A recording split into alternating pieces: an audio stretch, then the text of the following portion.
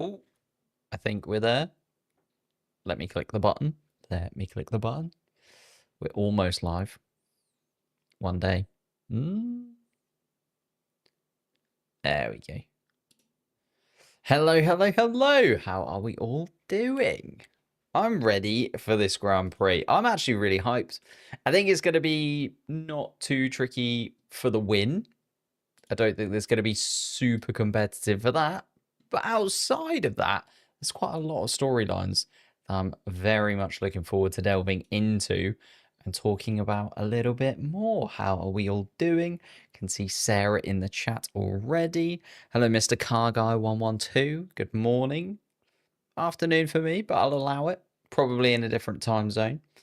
How are we all feeling? Are we looking forward to the Austrian Grand Prix? Of course, it was drama here last time. Remember, Max Verstappen and Lando Norris came together here last year. There's nothing to say that we couldn't see something like that again. But this time, Lando Norris is at least starting ahead of the pack. So maybe he will be okay from that perspective. We'll have to wait and see. It's going to be very tight. It's going to be tense. I'm a little bit worried for Lando. I'm a little bit worried for everybody, really. Gabriel Bortoletto starting in the top 10 as well. Hello, Jellyfish. Good night. Hello, Anna. How's it going? There we go. We are live. I did just want to check I wasn't talking to myself. Sometimes it happens. It happens. But we are there. Let me quickly get everything loaded. Continue to live timings. And we are here for 71 laps of the Red Bull Ring. I am hopeful that it's going to be a little bit of a midfield battle, it feels like, this one. Not so much that this is going to be too sort of tense up front, but I do think this could be quite the midfield battle we have on our hands. Those final point scoring places, super up for grabs for sort of 5 to 7, 8 drivers, I would say. All of those point scoring places available to them. Hello, new studio first race. It is indeed. Oh, I've forgotten to get changed. I've forgotten to put the Formula One merch on. Got the Gymshark top on instead. Will Lando hold his position at the end of the first lap? See, that's the thing, isn't it? He's very much known for not holding on to leads for very long, but I feel like he's just been so quick this weekend. Like, it has been a true dominant performance from Lando Norris this weekend. No one's really been anywhere close to him. And I know that the yellow flag at the end of the session, Pierre Gasly spinning, did mean that we didn't get to see a lot of the drivers put in their final flying laps. I think Oscar Piastri was the one, right? If he'd have put in a final flying lap, would he have been able to get closer to his teammate? He thinks yes, very much so. Whether or not he'd have been able to get pole position, I don't think so. I think Lando Norris's lap was just ridiculously quick. And Lando said himself afterwards, he was just really happy with the lap that he put in. So you have to give it to Lando. But Piastri starting beside him rather than behind him, I think opens up a little bit of a different play into the first couple of laps. We've seen that Piastri can make some moves, though. You think back to Monza last year, where Piastri just went for it, ended up giving Charles Leclerc the opportunity to win in Monza last year. Maybe we'll see something similar again. Charles Leclerc's right in the middle of the two of them. Maybe it will be Charles Leclerc that benefits the most. We've seen the two McLarens touch last time out in Canada. It's going to be very tense. It's going to be very close. I think, yeah, Lando, as long as he gets off the start well, it's his race to lose. He has been so quick off the top. I think that Lando's bad start has become a bit of a myth. Can't remember his... That's very true. I think it's just from pole position, isn't it? He's got a little bit of a record from for losing position from pole. But as you say, like... You've got to qualify on pole for that to be a thing, right? So you've got to show that you've got pace to be in that position in the first place. But There we go. Oh, thank you. There's a few subscribers coming in. Appreciate that. Thank you for subscribing to the channel. On our way to 130,000 subscribers. Oscar and others could finish the lap yesterday. Exactly. Yeah, exactly. We didn't get to see the real qualifying pace of some of those cars towards the top end, which maybe, opens the door a little bit. Helped out Pierre Gasly in that. Oh, no, sorry. Helped out Liam Lawson in that. Although the RB car was very, very quick nonetheless. Red Bull looks slow today. I don't expect Max to be in the top 5. Bad start only happens on his pole.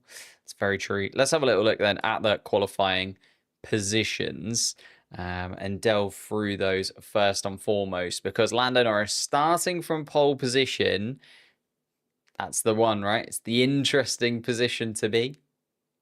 Oh.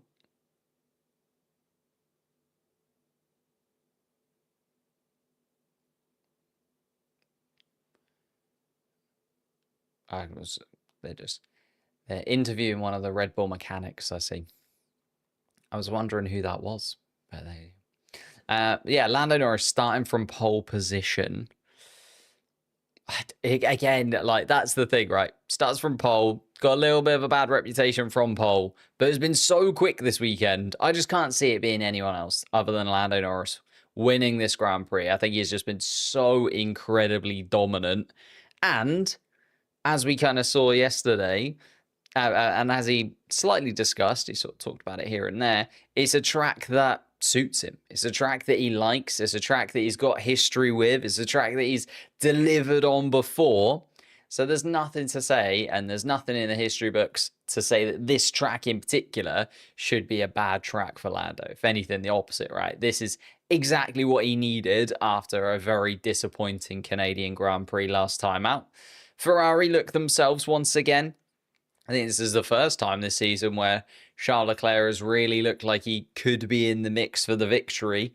Off the top of my head, like, Charles Leclerc's had a really slow start to the campaign, considering where we thought that Ferrari was going to be. If you look at the Drivers' Championship, I don't think anybody predicted Charles Leclerc to be down in 5th 10 races into the season. So it's been frustrating from his perspective, but at the same time, he's starting to click with that car once again. And it's annoying, right? Because he was so good last season. At this kind of stint in the season, there was a middle portion where it was basically Leclerc and Piastri dominating, getting wins. Monza, Azerbaijan, Monaco, like, they were the two that were really kicking into gear. About this point in the season last year, it was Leclerc and Piastri that we were looking at. And I'm glad that Leclerc is once again maybe entering a period of form. It's just a shame that he's never really started a season with that period of form, apart from maybe 2022, and then it disappeared towards the end of the season. So Ferrari just can't seem to put together a full campaign of races, can they? They either start slow and get better as the season progresses, or they start quick and then fall away. Like, there's never quite 20 races where the Ferrari car looks good. I mean, even last year, Charles Leclerc started to dip off the pace towards the end of the year a little bit. That middle portion of the season was the highlight. That Monza upgrade massively helped, don't get me wrong. But then, it went to McLaren, started winning a few more races again. Max Verstappen started, putting together one of the ridiculous drives of the season in Brazil, and then just couldn't quite be Ferrari's campaign once again. So I feel for Charles Leclerc, because he is such a ridiculous talent. And I think one of the best drivers, if not, I was going to say the best, but that has been Max over the last few years. Like, you look at this stint, 2022 to 2026, like that period, those 4 seasons that we've had with this regulation of car, it's hard to say that there's been a driver better than Charles Leclerc other than Max Verstappen. Like, Charles Leclerc, you could easily slot in as the second best driver within that four-year span. But again, it's just never been delivered a car that has been anywhere close to what he's able to really achieve, to be honest, and what he's able to do inside of the car, I don't think. Is the Constructors' title considered done and dusted? I think so. With Piastri starting third as well, you look at the lead that they have got, almost double the points of second place Mercedes. And Mercedes don't look like the team that are going to pick up that many points. I think Canada, this might be wrong, Canada, the first race of the season where McLaren didn't come away with the most points because of Lando Norris's crash and because the two Mercedes cars were on the podium. I think that might be right. That might be wrong. But I think, off the top of my head, that is the first Grand Prix weekend. So last weekend was the first Grand Prix weekend where McLaren weren't at the top of the standings in terms of the points they gained during that specific weekend. But then you come to this weekend and Mercedes, who did pick up more points than McLaren last time out, don't look anywhere close to the pace of those front runners. And instead, it's Ferrari that have kind of taken that position.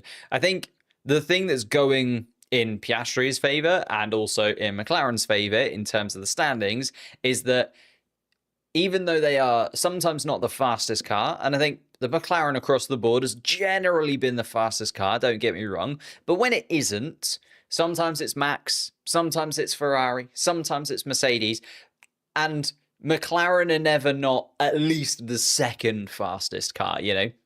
Mercedes and Ferrari have had weekends where they've been the fourth or not fifth fastest car because the Williams car has sometimes been right up there.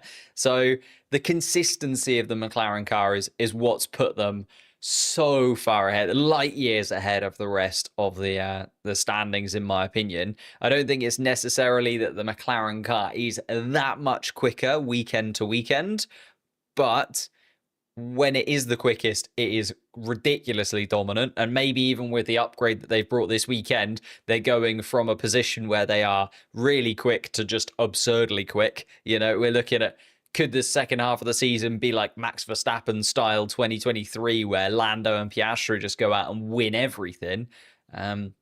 Possibly that upgrade coming to the McLaren car. But so far, the first 10 races of the season, as I say, even when they haven't been the quickest car, they've been the second quickest car, and that's the consistency that they need. Hello, Kelly. How's it going? Evening. Literally had to get up at 7 a.m. today to watch the race. It's all right.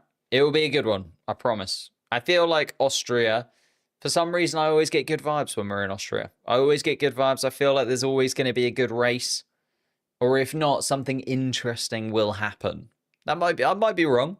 There's probably races in the past that you can point to, but it just fills me with that like good vibes. Whereas sometimes you look at a Grand Prix circuit and you're like, I feel like this might be kind of a slow weekend for want of a better weekend. Lewis Hamilton starting in fourth place, much better from him actually.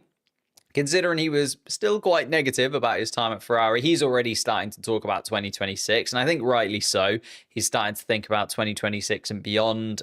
He was talking about how the Ferrari team are really more focusing, well, from his side of the Ferrari team, they're more focusing on getting him comfortable, setting him up in the car properly, understanding his positives and negatives with the car setup and what he wants within a Formula One car. So I think that's absolutely fair from his perspective, and the season is kind of over for Lewis Hamilton already. I think a win, I know he got that sprint race win in China, but I feel like a proper Grand Prix win, as diminishing as that is to the sprint races, a proper Grand Prix win for Lewis Hamilton would just set this season up to be, you know, exactly what he needs to then go into 2026 with confidence, with himself kind of settled into the team. And Ferrari would have expected that kind of thing coming into this, right? Ferrari would have had expectations from a seven-time world champion joining the team, especially considering how much money they have paid for Lewis Hamilton to join the team as well.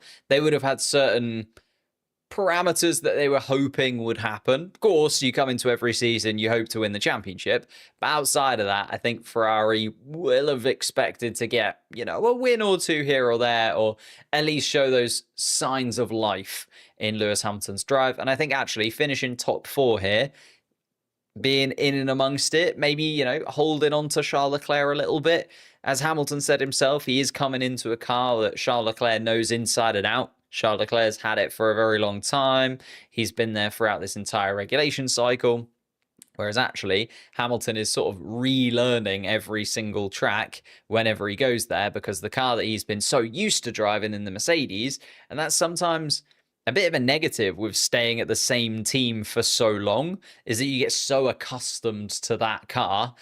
Changing now, and I think Hamilton moving over to Ferrari, it's been a much more difficult switch than he was imagining it to be. George Russell starting in fifth, of course, won here last year, won last time out in Canada. I think it's the first time in George Russell's career where he could go back-to-back victories and back-to-back victories year to year, if you know what I mean. Like, back-to-back in that he's won the last 2 races in Austria, and also back-to-back in the fact that he's won the last 2 races this season. I don't think he's done that before. I can't pick out a time that George Russell has done that. I mean, he's only won, 5 races over the course of his Formula 1 career, but if he can go back-to-back, that would be absolutely incredible. Again, I think he'll need something like what happened last year to play into his favour if he does go on to be a back-to-back winner in Austria, but he's right in the mix once again. I think George Russell this year has just proven, okay, I can get the maximum out of the car. Even if the car's not incredible, I can get the maximum out of it. I can make sure we go home with some points, and I can make sure that, Mercedes are competitive in the Constructors' Championship, for instance. Second place in the Constructors, the majority of that is down to George Russell. Liam Lawson, the fastest Red Bull driver. How's about that? After being thrown out 2 races into the season, he is now quicker than Max Verstappen in the sister team. And again, I know that we didn't get to see Max Verstappen do his final qualifying lap, but still, Liam Lawson's starting there in 6th place, Max Verstappen behind him. Once again, Red Bull are like, what are we doing here? I know that they're building the entire team around Max Verstappen, and I understand the reason why they build that entire team around Max Verstappen, but the second driver seat is again being talked about. Yuki Tsunoda, not even out of Q1. Liam Lawson, the fastest Red Bull car. Insane, isn't it? It's just absolutely insane that the ebbs and flows of that Red Bull team. Max Verstappen does start just behind 7th place. If Max Verstappen was to finish in 7th place and Norris and Piastri to finish on the podium, is that then Max Verstappen out of the title race? We're sort of holding on to it just about at this point, right? He's 43 points behind Oscar Piastri. It's still within realms of possibility because that's within 2 race wins. I know that that's a holy amount of points to get in 14 races. But if he drops to sort of 50 plus points behind Oscar Piastri, do we call it there and then? I think Max Verstappen even said himself that he's kind of called it already anyway.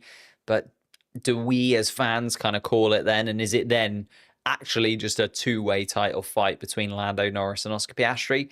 I think so. I think Max Verstappen needs another sort of dream scenario to happen, similar to what I was just saying about Russell, really. Needs some sort of dream scenario, needs to really get that Red Bull car flying today. It's going to be tough, though, from that position. Gabriel Bortoleto starts inside of the points. Still no points on the board for Gabriel Bortoleto. Been a little bit disappointing at portions of the season, I would say. Not massively so. I don't think we should be, talking about Bortoleto possibly losing his seat or anything like that. But Formula 3 champion, Formula 2 champion, back-to-back rookie seasons, winning those championships. There was sort of a lot of hype around Bortoleto coming into the season, and rightly so. He is incredibly quick, but just taking a little bit of time to really click into Formula 1. He is in a Stake Sauber car. It was the slowest car last season by a considerable margin, even though they're now ahead of Alpine in the Constructors' Championships, mainly down to Nico Hülkenberg sneaking some absolutely ridiculous finishes, thanks to things playing into his favour, like that red flag where he was on the soft compound tyres and just managed to scream through the pack was beautiful from Nico Hülkenberg. But Bortoleto, hoping that he can do the same thing. It would be really nice to get his first points on the board. I don't think he deserves to be on 0 points. If it was me, I'd give him a point just for being there and being really good. So let's hope that he finishes inside of the points. Going to be tough, though. Kimi Antonelli starting just behind him in 9th. Pierre Gasly starting in 10th. Probably should have started higher, Pierre Gasly. He was saying, if he hadn't had that spin in qualifying, he thinks he had the pace to go a lot quicker than he did on that provisional lap. But again, Q3, Can't complain too much starting inside of the points. Fernando Alonso, though, starting just behind. I mean, Fernando Alonso points... It just feels like he's got that rhythm back now, doesn't it, Fernando? I know the start of the season was ridiculous. He was incredibly unlucky and even said it himself in his own words in Monaco. Like, how on earth is he this unlucky throughout the season? But Spain came along, got Spain, got that done, and then sort of carrying a little bit of momentum now. 11th place is not too shabby at all. Definitely points on the cards for Fernando Alonso this weekend. Albon had damage to the floor of that Williams car. We were expecting a bit more, to be honest, but damage to the floor. Picked that up through turn 7, I think he said, during Q1. And then from there, it was always a bit of a task trying to get him any further up. So Albon starting 12th, but again, such a consistent point scoring finisher this weekend, such a consistent point scoring finisher this season. I think could definitely pick up those points and use that Williams' pace to his advantage. Then behind that, Isaac Hadjar, also been a really consistent points finisher. Has managed to score points in 4 of the last 5 races, and even when he didn't, he was in 11th place, so knocking right on the door of points. We know what he can do at this point. Certainly my rookie of the year so far, Isaac Hadjar, starting 13th place. Franco Colapinto under a lot of pressure, 14th, so he will want to be buzzing forwards, won't he? There's a lot of pressure on Colapinto to perform. So starting 14th, I think we could see some dive bomb moves at the beginning of the race from Colapinto. Some last-ditch tackles maybe to try and get some points. Then Ollie Behrman starting in 15th place. That's when you start to look at it and go, oh, maybe you're just a little bit too far away from the points, but maybe the little bit of strategy. We'll wait and see what tyre compounds people are on. Lance Stroll starting 16th. Esteban Ocon starting 17th. Yuki Tsunoda starting in 18th place. Ooh, we continue to talk about him. We continue to point out Yuki Tsunoda not quite doing what Red Bull would want him to be doing. Again, you look at the Constructors' Championship now, 162 points for Red Bull, 155 of those from Max Verstappen. So, Tsunoda, and Max Verstappen did a very good job of putting Red Bull higher up in the Constructors' Championship for a considerable amount of time, but it was going to come to an end at some point. You can't win the Constructors' Championship with one car. You just can't. Even if it is Max Verstappen, and even if he is absolutely ridiculously quick, you cannot win the Constructors' Championship with one car. And Yuki Tsunoda's just still not there, is he? Still can't quite get to grips with that Red Bull. And then Carlos Sainz starting in 19th place. Also a damage to his Williams. Like both of the Williamses. Maybe like they were just set a little bit too low. I don't really know like how both of the Williamses managed to pick up damage during Q1. That's sort of something that they need to have a little look at. And then Nico Hülkenberg, he said himself, made a mistake. And on a racetrack like this, where the lap times are so short, you make one mistake and you're kind of done and dusted. So Nico Hülkenberg down in 20th place, but probably should have been higher. And considering the season that he's at least starting to have, should have been higher inside of that position. But that is our starting 20. Has it started yet? Not quite. No, we are about 5 minutes away from the start of the Grand Prix. Why is Williams sucking recently? A little bit of, it's a combination of things. Yesterday was both cars managed to pick up damage. So there's not really much you can do about that, right? Oh, incident involving Oscar Piastri failing to follow a race director's instructions has been dealt with. No further investigation. Was keeping an eye on that, but no further investigation on Oscar Piastri. So all good from his perspective. That was on the lap coming to the grid. Kevin seems happy in WEC. Checo to Cadillac. Cool. Throwing out some big moves. Checo and Bottas in Cadillac would be the best midfield driver lineup. Very consistent. At least got a little bit of a tenacity about it, hasn't it? Very much experienced. Would it be better than Albon Sainz? It's a debate that you could have. I'm sure Red Bull really regrets dropping Checo. I mean, that's what Checo has said himself. So Checo also seems to think that Red Bull regret dropping him. So quite possibly. Love the channel. How's your Sunday going? Not too bad. Not too shabby. Getting underway very, very soon. If you haven't hit the like button, that would be absolutely amazing. Maybe subscribe to the channel if you're new to it as well. And I will quickly just have a little look. There we go. We're all good. Bada bing, bada boom. Let's get that loaded for myself as well. Shall we double check that everything is ready on the race board? Boom. There we go. Oh. Driver messages not quite going to the bottom. There we go.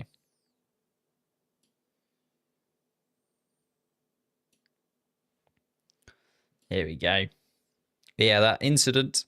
Risk of rain for this F1 race is 0%. No rain whatsoever. Air temperature 30 degrees. Track temperature 49.7 degrees Celsius. It is gonna be a hot one. Like one of the hottest races. You know, we're normally talking about these kind of temperatures when we go to like the desert tracks of the Formula One calendar, but we are there. Started watching my shorts basically from the start. Thank you, Franz. Appreciate it. Prime Bottas and Prime Perez in midfield will be unstoppable. That's very true. But they're no longer prime, unfortunately. I think that's the problem, isn't it? If you're Cadillac, you're looking at a Bottas who's been out of it for a year, and then before that was at Stake Sauber whilst they were absolutely floundering. And then Sergio Perez, who, you know, also has only been out for a year. I suppose you've got that perspective, right? If you go for those two, both of them have only been out of the sport for a year. Whereas other drivers you could pick, maybe either don't have experience in Formula One or have been out of it for a bit longer than that. And it's sort of how much do they want? Austria plus rain plus Max would have been wild. I think Max in the rain anywhere just seems to perform, doesn't he? But the drivers are coming to the grid. Yeah. DRS is disabled. Good to know. We're getting set up though. I'm just trying to see. Ah, there we go. I was trying to see if I could load up the tyres that everybody was going to be starting on. And there we have it. Mediums pretty much across the board. A few softs scattered throughout. So everybody on mediums. Pierre Gasly, the first driver on a slightly scrubbed set of softs. So they would have been used in qualifying yesterday. Alonso on the medium tyre as well. Although, oh yeah, he did do... Oh no, that was on the softs. He did do one lap on a set of mediums. There you go. That is why Fernando Alonso did that one lap on a set of mediums. Slightly scrubbed set, starting from 11th place. Alex Albon on the mediums, and then behind that come the soft compound tyres. So Hadjar, Colapinto, Behrman trying to make those moves early is what that tells us. Starting on the soft compound tyre means that you're going for moves pretty much off the start line, because if you don't make those moves within the first 2, 3, 4 laps, then those soft compound tyres are going to start to fall away from you, and you lose that advantage of the sort of initial speed of those soft compound tyres. Lance Stroll also starting on a scrub set of mediums, so Aston Martin clearly thinking that is the best way to go. Ocon on mediums, Tsunoda on mediums, Sainz on mediums, and Nico Hülkenberg also on softs. Is feeling like it's going to be sort of mediums and hards in terms of this race today. Although the tyres have been slightly difficult to predict over the last few race weekends. We have got the C3, C4, and C5 hard, medium, and soft compound tyres. But as I say, they've been slightly more difficult to predict over the last couple of weekends. We thought it was going to be a one-stop race last time out in Canada, kind of evolved into different strategies going in different people's directions, especially in Spain as well. The strategies sort of really played into it, and then there was the safety car at the end, so that really just shuffled the entire pack, didn't it? But we are ready and raring to go. In fact, let me double check that this is aligned correctly. It is not. I need to adjust the delay a touch, because Oscar Piastri and Lando Norris are already coming around the first corner. There we go. Let's see if I can line that up a little bit better. Yeah, they're predicting 2-stop on that. Well, it's C1 and C2 tyres. So effectively, Carlos Sainz has stopped on the grid. Car is stuck in first gear. The car is stuck in first gear, says Carlos Sainz. Oh, it could be over before it's even started for Carlos. The marshals are trying to move the car, possibly. Lando Norris is going very slowly indeed around turn 5 and turn 6. But there is a yellow flag waving. Carlos Sainz is still there on the grid. And the drivers are being let know that Carlos has stopped.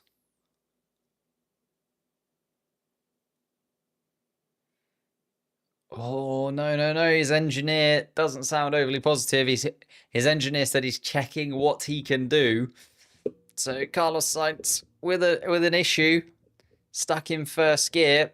Lando Norris is already coming down towards turn 9. And the problem is here that it's just such a short lap. Carlos Sainz hasn't really got a lot of time to deal with this, because Lando's going pretty slowly, and still Carlos Sainz has not moved, and the marshals are now going to move that car. So they're going to have to probably abort that formation lap and redo it. Yeah, aborted start. There it is.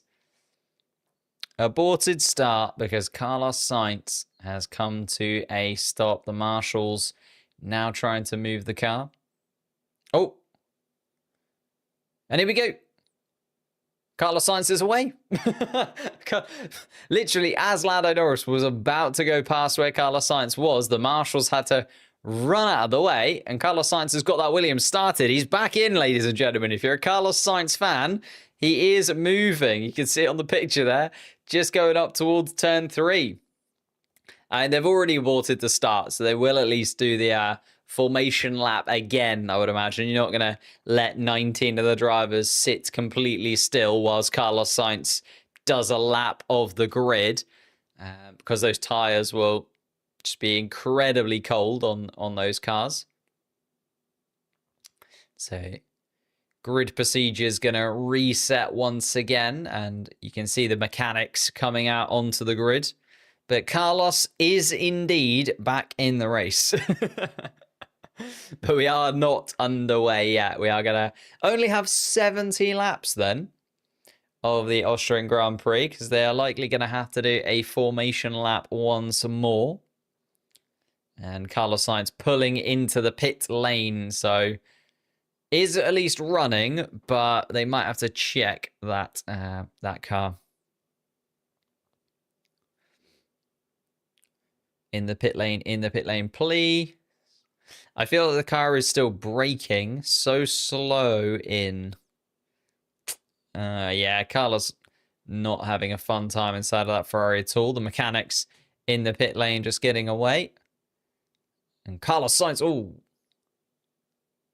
it's on fire. Carlos Sainz is on fire. The brakes at the back are on fire. He pulled into the pit lane and went towards the end of it. But yeah, those brakes, I feel like maybe the brakes are like stuck on or something, because that is a lot of energy going through those brake discs, and they are very much ablaze at this point. Luckily, because he's in the pit lane, there's a lot of people to run there and quickly put out those flames on the rear wheels of the car. And the formation lap is going to start in 10 minutes' time. So Carlos Sainz really has thrown a spanner in the works for the rest of the grid. They brought the tyre blankets for that Williams car. I think that's the opposite issue that they've got right now. Those tyres are absolutely melting hot.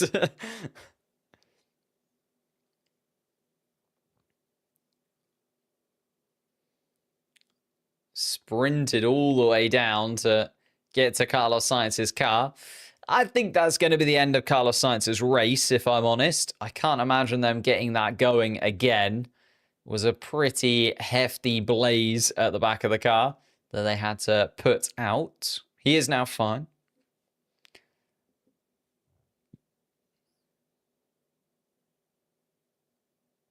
Oof. Anyway, well, with 19 drivers still in play, Carlos Sainz's car is now being rolled back towards the Williams garage. Luckily, they didn't finish too high in the Constructors' Championship last year, so they haven't got too far to roll that car backwards down the pit lane. But the stewards have given us an extra 10 minutes before the race is set to start once more. So let's quickly change it to 70 laps worth of racing that we're going to have in front of us.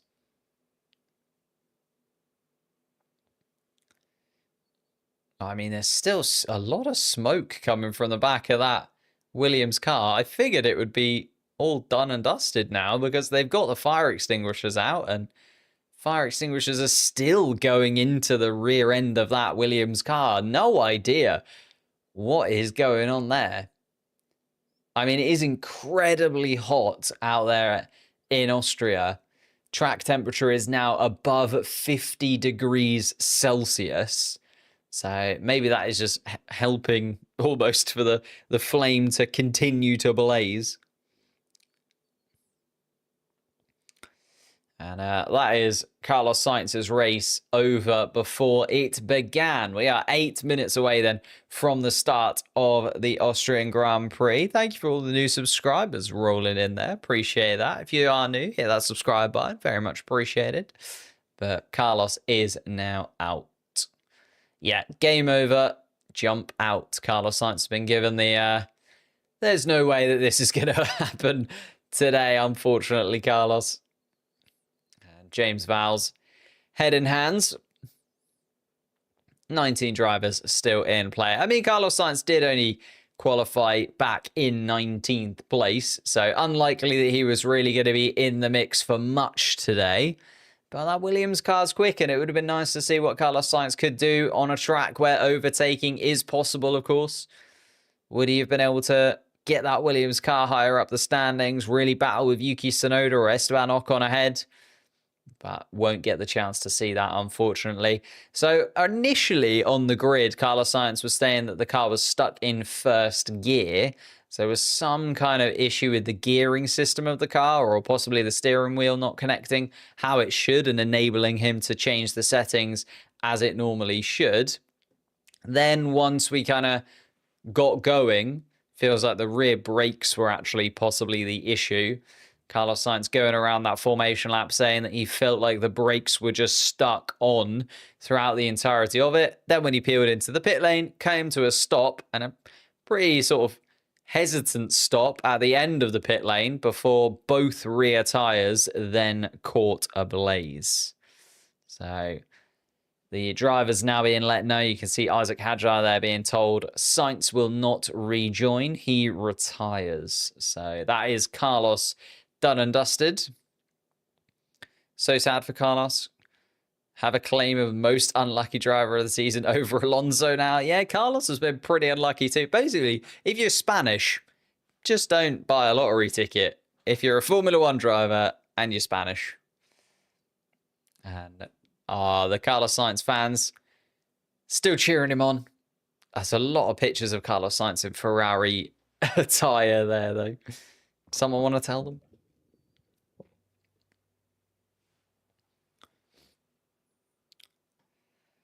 Yeah, it's a little bit of a disaster for it, really. Why has Piastri got an investigation? That came from the lap to the grid. It was an incident where he was failing to follow the race directions instructions on maximum delta time, but it was reviewed. No further action, so all done for Oscar Piastri. No kind of penalty running his way. So don't worry if you are a Piastri fan. There's nothing to worry about. We are 5 minutes out, though, from the start of the Grand Prix. Am I streaming on Twitch? Not yet. Possibly starting from next week. Just wanted to do one stream with the new internet to check that it actually, works. Because I didn't have internet for like 10 days, I want to say. Because they messed it up the first time. So you never know. Gotta double check these things. Oh,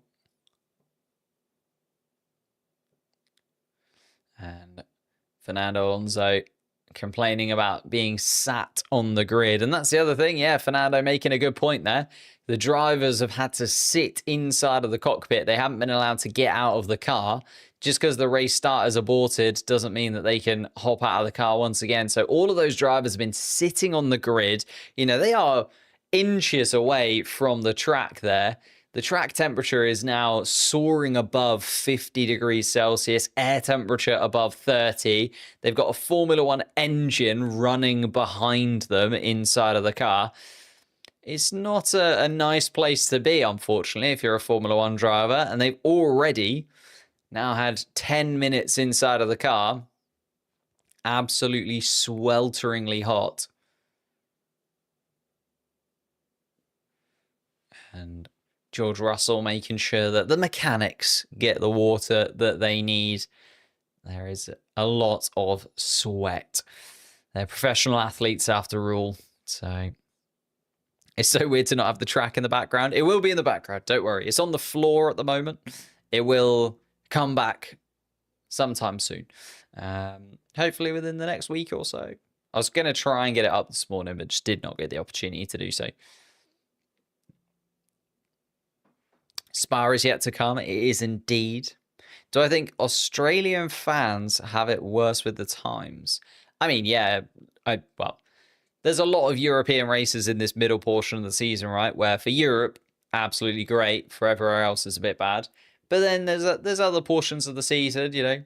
Oh, Jurgen Klopp in the Red Bull garage. Does Jurgen Klopp still work for Red Bull? I know he was like head of Red Bull football, whatever. I think he's still doing that. Having left Liverpool at the end of last season, just before they went on to go and win the title. Gutted. Although, would they have won the title under Klopp? You never know. 2.5 minutes to go then until the start of the Grand Prix. As I say, the driver's looking uncomfortable inside of the cars. It is very, very warm indeed. And a lot of the drivers looking at the temperatures and looking at the fact that it is going to be sweaty inside of the car. When is it time? 2 minutes time. We are 2 minutes from the formation lap. We were supposed to start at 2 o'clock. A little bit of a delay because of Carlos Sainz. The drivers did a very, very slow formation lap. The problem was that it's a very short track. So even though Lando Norris was doing a very slow formation lap to the grid, there's only so slow you can really make it. And Carlos Sainz only just managed to get moving as Lando Norris was about to come around the final corner. Basically, as Lando Norris was about to overtake Carlos Sainz. Then Carlos's car died anyway when he got back into the pits. But by that point, the race start had already been aborted, and we had to just wait and see. Yuki Tsunoda there, starting 18th place. Only one car behind him now in Nico Hülkenberg, so doesn't have to worry about Carlos Sainz coming towards him at turn 1, although I would imagine Yuki Tsunoda is looking forwards rather than backwards when it comes to the start of this Grand Prix. The tyre blankets are now coming off of a few of the cars. See Lewis Hamilton's car there, tyre blankets being removed, or at least placed on top for the time being as the tyres finally touch the tarmac once again. And we are a minute away. Cars are lowered on the jacks. Mechanics are moving away. Tyre blankets being removed from Lando Norris's car and Lando being rolled back into position. Here we go then. 15 minutes late, but hopefully this race will be worth it. 70 laps of the Austrian Red Bull Ring circuit coming your way. And the formation lap is once again going to start in just a moment's time. 2 McLarens, 2 Ferraris, Russell and Lawson just behind. It's going to be a tasty opening couple of laps. There is overtaking opportunities here. We saw it last year. Charles Leclerc actually dropping off Lando Norris. Norris getting away from the front a little bit more swiftly. Oh. And now Nico Hülkenberg is stopped at the back of the grid. Oh, no. He's moving. He's moving. Oh, my goodness me. I thought that was going to be back-to-back cars stopped on the grid. He eventually did get moving. Goodness me. Nico Hülkenberg giving me heart palpitations there.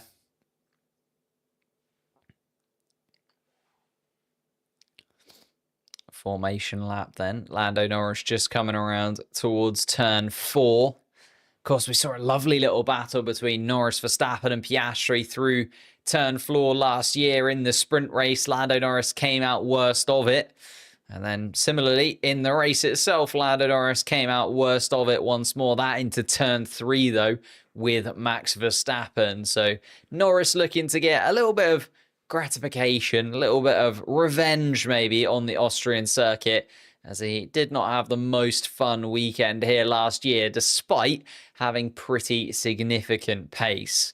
It's gone well here in the past as Lando Norris. It's his to lose from pole position. Charles Leclerc starting behind him in second place. Piastri, his teammate and championship rival, starting in third place. Hamilton in fourth. Russell and Lawson starting on the third row of the grid. Verstappen and Bortoleto on 7 and 8.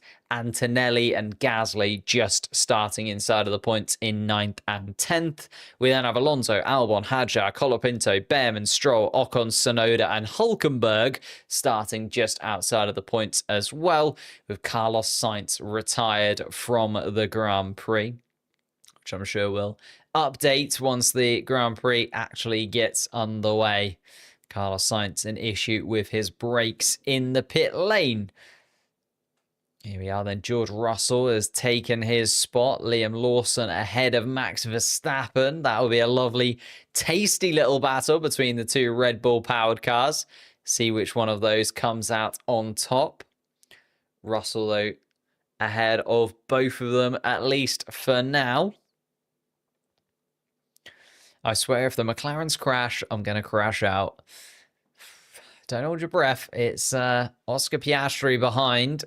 Not starting side by side, though, as the medical car then takes to the back of the grid. The green flag is waved. We're going to have 5 red lights, and then we are going to be underway here in Austria. And here we go. Lando Norris up towards turn 1. Gets away quite well. Piastri, though, peeling to the right-hand side. Norris comes across to defend from Leclerc. And Piastri then takes it around the outside. So Piastri up into second place. Caught Charles Leclerc sleeping. So did George Russell. So both of the Ferraris losing a position. But Hamilton now trying to get back at George Russell. So is Max Verstappen right alongside. Oh, and someone's gone super deep and taken out Max Verstappen. I think it's Kimi Antonelli. Antonelli's gone super, super deep.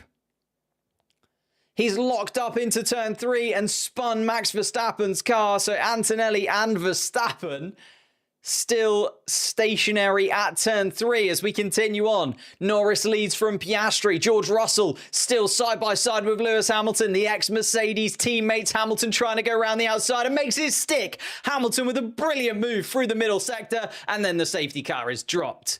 So the safety car stopping that little battle between Russell and Hamilton that was playing out in the middle of the pack. But Kimi Antonelli wiped out Max Verstappen there and really shuffled around the pack. So it is going to be Verstappen, Antonelli and Sainz, 3 retirements from the Grand Prix before we've even completed a lap. And Max Verstappen, the face of Red Bull at the Red Bull Ring, only managed 2 corners before he was wiped out. Not his fault at all. Kimi Antonelli locking up there into turn 3, went really, really deep. Max Verstappen gives a wave to the crowd. And that's the end of his weekend and possibly the end of his title challenge. I was talking about the fact that I think if Max Verstappen finished outside of the top sort of 5 or 6, it would be a really, really tough. Oh, as they're now having a little chat about it, Max Verstappen nods. I think he knows, there was nothing that he could have really done about it. And there's no animosity between the two of them. Kimi Antonelli apologizes, explained what happened, that it was just unfortunate that Max Verstappen was the driver that was in the way, sort of wrong place, wrong time. But as I was saying, I think if Max Verstappen finished outside of the top 5 or 6 today, with the McLarens looking so strong, it was going to be the end of any kind of championship hope. And that is it. Let's have a little replay of this. Antonelli actually gets away pretty poorly, yeah. Gets overtaken. I think he's just a bit overzealous, is Antonelli. Trying to maybe carry a little bit too much speed down towards turn 3 because he had quite a poor start at turn 1. Charles Leclerc gets covered off by Lando Norris, and that opens the door to Piastri. That's how Piastri managed to move up into second place, because Norris comes across, and then Piastri even does have a look at his teammate. Lando Norris, though, doing what Max Verstappen did to him last year and just closing the door. And lucky that it was only the two of them that were collected by that, to be honest. Max Verstappen does a full 180 as he gets the rear end of his Red Bull car collided with by the Mercedes. There's an RB to the side there as well. I think that's Liam Lawson that has to evade and get out of the way. That opened the door to Pierre Gasly getting into 6th place. Alex Albon, by the way, if you're a Williams fan, is now up into 7th place. Bortoleto managed to stay where he was in all of that chaos. Lawson down into 9th. Alonso up into the points. And Colapinto just one position away from the point scoring places. There you go. Is it Isaac Hadjar that was maybe caught up in it? Because Isaac Hadjar has pulled into the pits. And I think Hadjar, therefore, maybe going for a bit of a weird strategy, or maybe Hadjar was... No, I don't think there was any contact with Hadjar there. I think he's just forced incredibly wide, of course, to make sure that he doesn't collide with them. We actually saw something very similar to this in the Formula 2 race yesterday. If you were watching that before qualifying, saw a big collision down... Well, two big collisions down into turn 3. Safety car is going to be in this lap then. So to give you a rundown, Norris is still leading. Piastri moved up into 2nd place. Charles Leclerc losing out because of that. Hamilton now back up into 4th though. Russell into 5th, even though they were side by side through the middle part of the lap. Gasly a big winner, up 4 positions into 6th. Albon up 5 positions into 7th. Bortoleto managed to stay where he was in and amongst all of that chaos. Liam Lawson though, the big loser, dropped down 3 positions. Alonso, Pinto, Behrman now a lot closer to point scoring places, especially with Verstappen and Antonelli out of it. That does mean 4 of those positions are available. Yuki Tsunoda also not quite in the mix. So 5 midfield cars likely to score points this afternoon. And I said it was going to be very tight for those final point scoring places. It's now going to be even better. Lando Norris and Piastri getting us underway then. And the safety car is in. Norris has done well to escape from his teammate for now. Piastri not within striking distance going up to turn 3 this time around. Norris does come through and is safe at this point. Charles Leclerc and Lewis Hamilton just behind. George Russell already having a look at Lewis Hamilton. Oh, and the Haas has been sent wide. Looks like Ollie Behrman versus Colapinto's getting a little bit tasty. Colapinto holding on to 11th place for now. And here comes George Russell then. I said George Russell was having a little look at Hamilton. He goes for it straight away into turn 4. Hamilton then tries to cover him off through 5 and 6. And Hamilton holds on to the position for now. But George Russell looking incredibly racy inside of that Mercedes car. Does not want to sit behind the Ferraris for very long. DRS yet to be enabled, of course. Norris still leads from Piastri. Piastri within a second of his teammate. Once that DRS starts to come into play, will we see the 2 McLaren cars fighting for the victory? Colapinto, pushing Ollie Behrman a little bit. I think that was just the way that Ollie Behrman had to evade that any kind of collision there as they were battling it out. Here comes the DRS then. George Russell not within striking distance of Lewis Hamilton this time, but we know he wants to make that move. And George Russell saying Lewis closed the door under braking. So Russell not very happy with Hamilton's defensive maneuvers. Max Verstappen has made his way back down to the pit lane and is going to be making his way and probably watching the race from the Red Bull hospitality. Norris and Piastri lead They have left Charles Leclerc a second or so behind. Charles Leclerc just inside of the DRS train for now, but I don't think will be for much longer. Lando Norris and Piastri lapping a lot quicker than the cars behind. Does feel like it's just going to be the McLarens running away with it at the front and seeing who else can be in and amongst the battle. Piastri comes out of that last corner, DRS wide open, up the hill towards turn 1. Not close enough. But they are far enough away now from Charles Leclerc, so that DRS train has been broken from the front. Hamilton also outside of DRS range, so Charles Leclerc and Lewis Hamilton are going to be under threat from George Russell. Russell with that DRS advantage and wanting to get past the Ferrari sooner rather than later. Here comes Russell, half a second off Lewis Hamilton. Piastri is having a little look down in towards turn 4. He's tried to keep his teammate off. No, Lando Norris, aware of it, sees him coming and closes the door. I think Piastri trying to be a little bit opportunistic there, down towards turn 4. And we saw Lando Norris go for a move last time around in Canada, unorthodox in the hairpin, just trying to catch his teammate sleeping. Ended up with Lando Norris in the rear end of Oscar Piastri, of course, but was a really tight battle between the two of them all the way down. I think Piastri just trying to do a similar sort of thing there, coming from very far back. But Lando Norris held him off and they get round to the start-finish straight with Lando Norris still ahead of Piastri. Piastri, though, still running, and the fastest lap does go to Oscar Piastri. Does have that DRS advantage all the way up towards turn 3, of course, and then down towards turn 4 as well.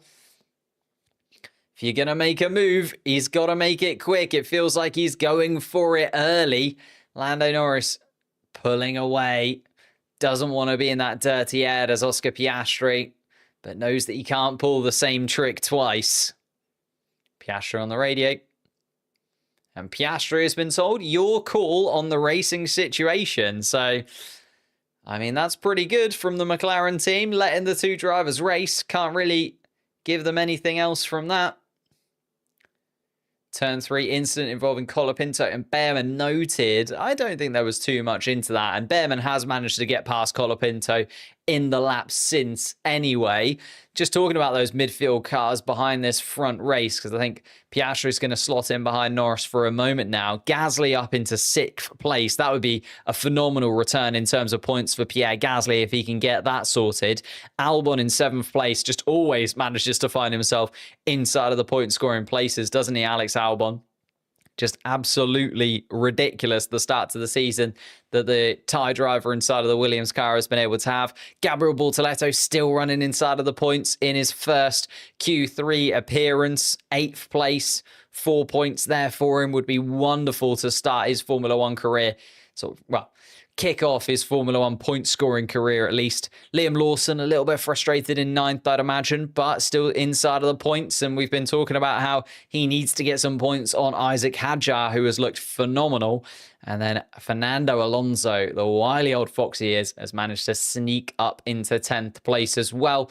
Max Verstappen and Kimi Antonelli came together on the first lap, remember, at turn 3. They are both out of the Grand Prix. And Carlos Sainz, an issue with his brakes meant that he is out of the race too. So 17 drivers remain. Isaac Hadjar, the only driver to have stopped. Lando Norris now starting to stretch his legs a touch. Oscar Piastri still within DRS range, but not within striking distance, you wouldn't say. Gasly on the soft tyres is the interesting one as well, though. Gasly completed 11 laps on those tyres, technically, even though we've only completed 8 laps of racing. Did 3 laps of racing on qualifying yesterday. And here we go then. Oscar Piastri does just close the gap a little bit down in towards turn 4. Possibly just settling in for a moment, though. Does feel like there's not too much room to maneuver if you are Oscar Piastri at the moment. Lando Norris did very well to keep him at bay down in towards turn 3 on lap 1. And then also even with Piastri going for that opportunistic move into turn 4, managed to close the door pretty substantially. On board with Alex Albon then. Having a little look, and Albon does indeed make a lovely move up the inside of turn 3 on Pierre Gasly, and Albon is now best of the rest once again. It feels like Albon is always best of the rest. A little bit opportunistic to be there at this moment in this race, but the good season start continues for Alex Albon, and we're almost halfway through the season, so the first half of the season has been phenomenal for Albon. And here we go then. Rear wing wide open for Piastri. He's within half a second again. Maybe just gave himself a little bit of clean air for a couple of laps there, Piastri, but is right underneath the rear wing of his teammate once again. 2.5 tenths separate the two McLarens. And he is choosing a little bit of just a chance. Just wants Lando Norris to know that any slip up, I am right there behind you, doesn't he? Doing everything that he can to remind Lando Norris that he is right there.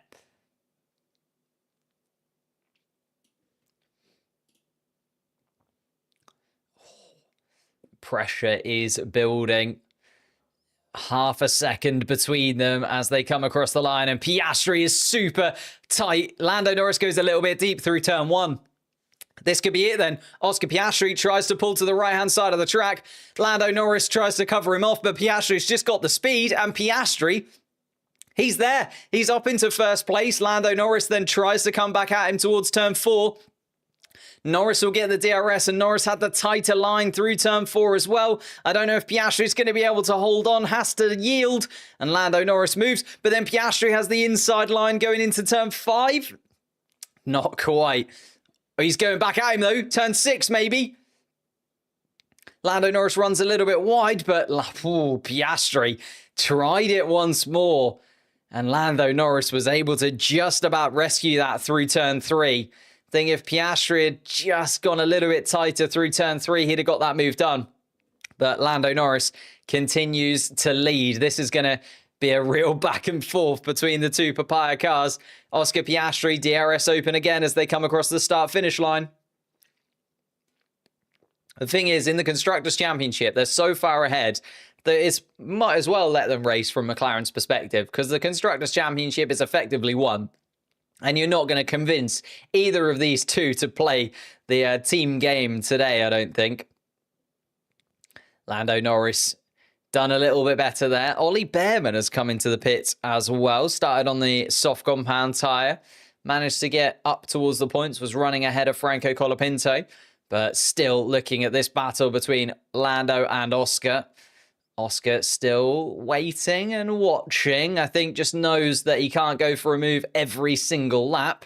Here comes Gabriel Bortoleto on Gasly now. Gasly, those soft compound tyres on the Alpine starting to wane away as Gabriel Bortoleto goes up the inside of turn 4. And Bortoleto then has to defend through turn 5 and turn 6. Gasly doesn't want to give up this place.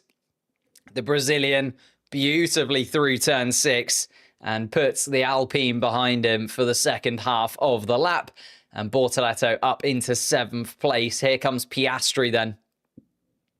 Piastri now 8 tenths of a second behind his teammate. Last time he went for it, he was only half a second off Lando across the start-finish line. So I think we're waiting for that once again. Piastri is continuing to be quick though, and Gasly does eventually peel off into the pits. Gasly deciding that those soft compound tyres are just starting to go off a little bit too much. Let's see what he comes out onto. Behrman went for some hard compound tyres. Isaac Hadjar went for mediums. Interesting.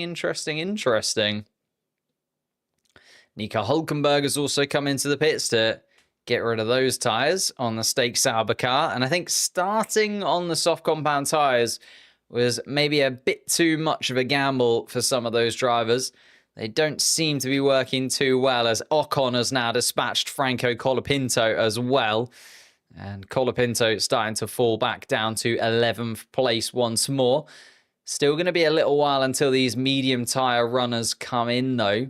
The track temperature, incredibly high, is going to play into that degradation. Track temperature 49.2 degrees Celsius. Air temperature of 30 degrees as well. It is swelteringly hot at Spielberg this afternoon. Lando Norris making his way up the hill of turn 3, looking in his mirrors once again, knows that his teammate isn't too far behind, still within a second, and it's, again, just if Oscar Piastri is going to be able to make a move, those tyres are going to be getting very hot indeed in the dirty air in the wake behind Lando Norris's car. Piastri needs to sort of go for it sooner rather than later. Colapinto's come in for a slow stop, 3.9 seconds the stop from Colapinto there. But both of the Alpines in and back out again. I imagine Colapinto... Oh no, he's gone for the medium compound tyre. So Alpine splitting the strategy.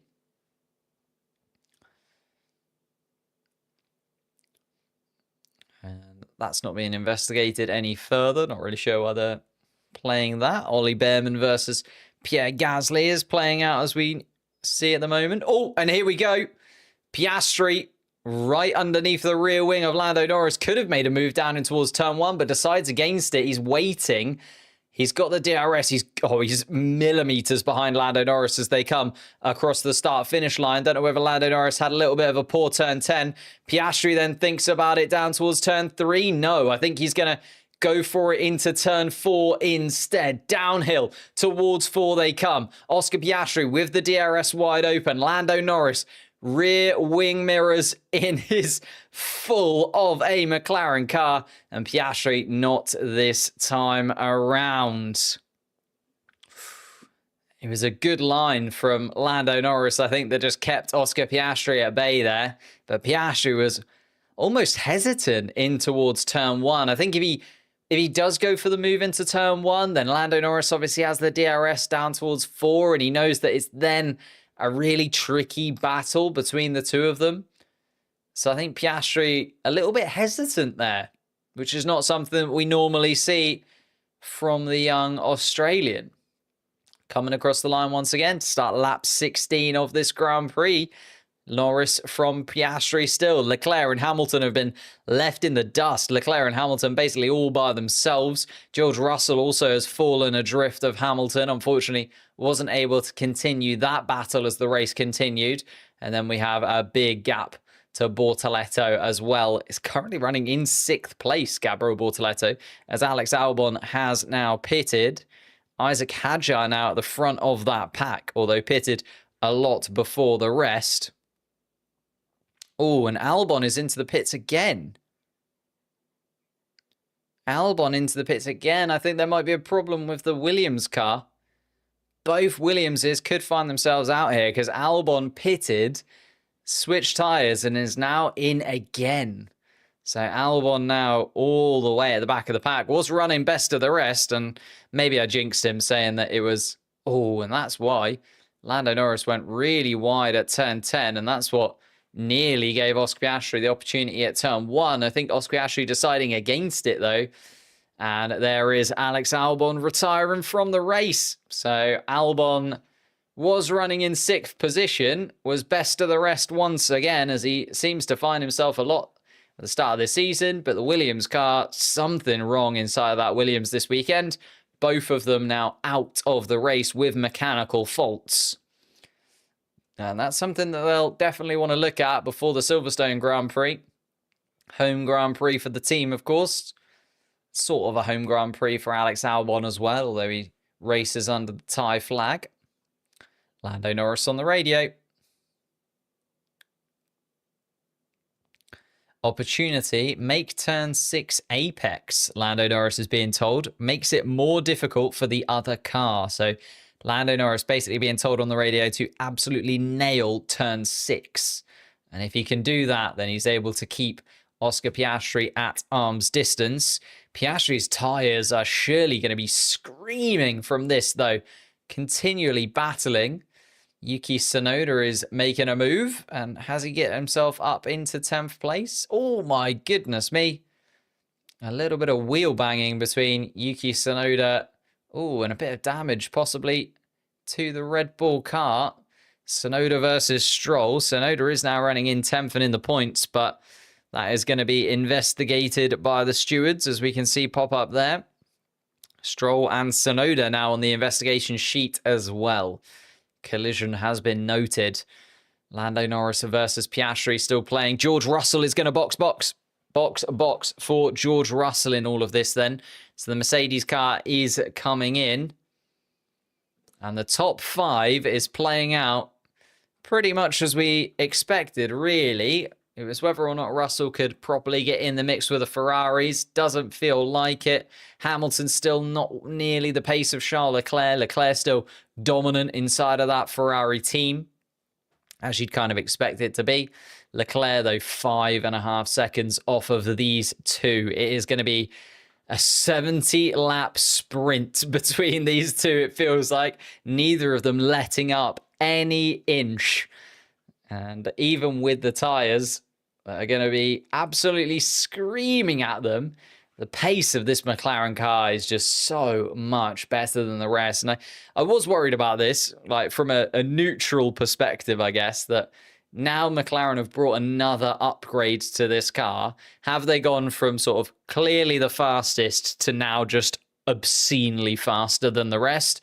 And I think the first 20 laps of this race are saying absolutely, because these two have been battling. They've been costing each other time. You know, they've been going wide at corners, pushing each other. And Charles Leclerc is still over 6 seconds adrift. So the McLaren car looking insanely quick at this point. Yuki Tsunoda has peeled into the pits. I wonder how much damage there actually was to that Red Bull.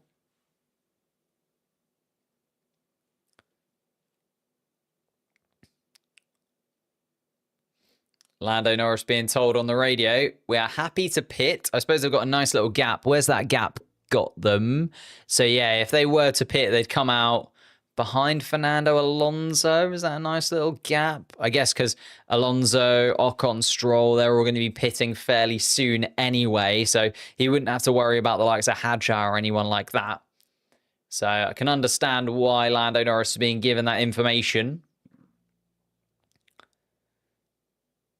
20 laps into 70 here, and every single lap, Oscar Piastri is continuing to just let his teammate know that he is right there in his wing mirrors, and he maybe goes for a move. Oh, and he locks up massively. Oscar Piastri, a big lock up on the front left, going down in towards turn 4. And Lando Norris holds on to the lead. Piastri pushing his car just a little bit too far there. And Norris is going to box. Norris box is the call. Piastri then, what kind of pace have you got, my friend? They have got the opportune, because they are still the front-running car, they are allowed to pit first. And Lando Norris deciding that now is the time for him to pit. Goodness me, that was close, wasn't it? That could have been very, very devastating for the McLaren team. Oh, and it's a little bit slow for Lando Norris in the pit stop. Not ridiculously, a 3.1 second stop. It's not egregious, but it's just a little bit slow. Felt just a touch off there inside of the McLaren car. Gabriel Bortoleto is actually just making his way down towards turn 1. Lando Norris should be fine, though, as you do get sort of let out around turn 1. Bortoleto, though. Bortoleto on for like a 6th place finish here at the moment. Absolutely ridiculous, but Lando Norris has managed to pit and come out in that window. And Oscar Piastri being told, let's see how the pace is in free air. Piastri saying, though, I have a flat spot. So is he going to lap straight away after? Oh, it was a big lockup from Oscar Piastri as well. Let's have a little look at this pit stop from Norris. Was one of the tyres just a little slow? Front left tyre, just a touch slow. Again, not egregiously slow. Don't think it's going to matter too much in this battle. But Oscar Piastri is continuing on, not covering off. Thought Piastri might come in. But no, he's carried on. Giving Oscar the chance. Let's see what Oscar's 110.6. Lando Norris, obviously, with the pit stop. So let's see what Piastri's. And Piastri, not pleasant, but it's okay. So he is continuing on. Bortoleto in from really positive position. George Russell just making his way up there.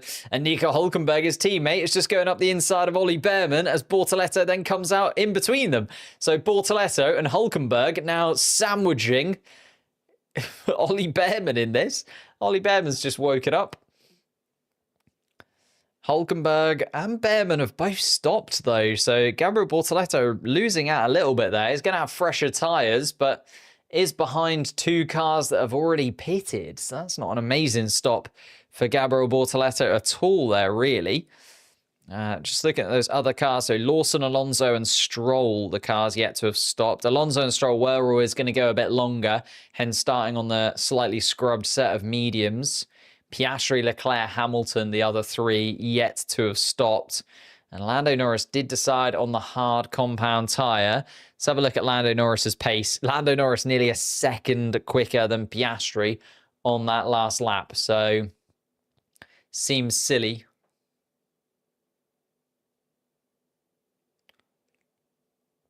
And Piastri, question, better to be 4 behind with better delta or 1.5 behind? And Oscar goes for the 4 behind with delta. So Piastri wants to go that little bit longer, and therefore he'll come out that little bit further behind Lando Norris, but will have a better tyre delta is what they're talking about there. As Gabriel Bortoleto now battling with Ollie Behrman, the two rookies, side by side with one another, battling for 12th place at the moment. Here comes Bortoleto down towards turn 4, the fresh medium tyres compared to the Haas, and gets that move done. Gabriel Bortoleto is going to move ahead of Ollie Behrman and up into 12th place. Behrman down into 13th. And then I'm sure Hülkenberg won't keep his teammate behind for too long. So Bortoleto is going to be back behind Pierre Gasly, but again with a much better tyre delta. Lando doing a good job. Oscar's pace hasn't really picked up, and that's very true. Oscar now 11.2 to Lando Norris's 10.0. So again, a second off the pace. And Oscar Piastri is eventually going to box. So it is box the call for Oscar Piastri. Of course, Oscar needs a good stop here, though. They say, you know, is it better to come out 4 seconds, blah, blah, blah. But he's going to need a good stop, and he's coming into the pit entry, and here comes Piastri then. Into the pits he comes. Needs a very swift stop. In fact, I'm just going to quickly change this. Oh, and it's slow again. It's even slower. Oh, it's a really poor stop. 3.4. That left-hand side, again, just slow. And Lando Norris ahead by a considerable margin. Lando Norris has disappeared into the distance there. And Piastri, who was right underneath his teammate for that entire first stint, has just kind of left it a couple of laps, maybe a bit too late. I know that he's got 4 laps on his teammate's tyres, I guess. But it's 5.5 seconds, the gap between Norris and Piastri. Nearly 6 seconds. Ouch. I was late getting here. What happened to Max? He got collided with by Kimi Antonelli, unfortunately. Antonelli went super deep. Oh, and it's the front left. Whoever's on front left for McLaren needs to have a little look at themselves, I think. Front left is slow on both stops. Charles Leclerc into the pits after leading for just a lap. And Lewis Hamilton is going to lead this Grand Prix then, unless Ferrari double stack. They do not. Hamilton takes over the lead. There goes Norris and Piastri as well. Charles Leclerc then just needs to be careful of Lawson and Alonso here. Lawson and Alonso still yet to stop. Haven't started on the scrubbed mediums. So they are going a lot longer. Gabriel Bortoleto on the radio. Bortoleto being told on the radio, your teammate will let you past, but only if you're within DRS range. And I think that's fair enough, isn't it? Bortoleto needs to get within a second of Hülkenberg for Hülkenberg to oblige. Hulkenberg still in a battle of his own, though. He's in a DRS train behind Gasly and Stroll. Hulkenberg ahead, battling with the Alpine of Gasly, and Gasly has just managed to get past Stroll, and Stroll now battling as well. Hamilton's box. It's a lovely little midfield battle playing out here. Hulkenberg making his way past Lance Stroll. Lance Stroll seems to be struggling. Bortoleto now up the inside of the Aston Martin as well through turn 5, and there goes Bortoleto ahead of Stroll. Stroll seemingly falling away as those medium tyres coming to the end of their life. Feel like they should have pitted Stroll maybe a touch earlier. Those mediums all over the place is the words I'm looking for. Hamilton has, though, pitted. Lawson now in a podium scoring place, Liam Lawson. If there's a red flag right now, you'd be absolutely delighted if you're a Liam Lawson fan. Unlikely at this point, but you never know. Never say never. Yuki Tsunoda running right at the back of the pack, even though Lance Stroll has come in. So Tsunoda now up into 15th. We are missing Albon, Verstappen, Antonelli, and Carlos Sainz from this race, of course. And Lance Stroll into the pits. Just way too late, unfortunately. Those completely fell away. Isaac Hadjar is now leading this group, but has done 24 laps on those medium tyres. Pitted very, very early indeed. Gabriel Bortoleto now also making his way past Pierre Gasly. And Gasly then comes back at him and decides to not give that position up too easily. But Bortoleto then able to tuck in and get himself ahead as they go through turn 7. Gasly running a little bit wide, allowed Bortoleto back up into 10th place. And again, Bortoleto will be on the radio saying, Nico Hulkenberg,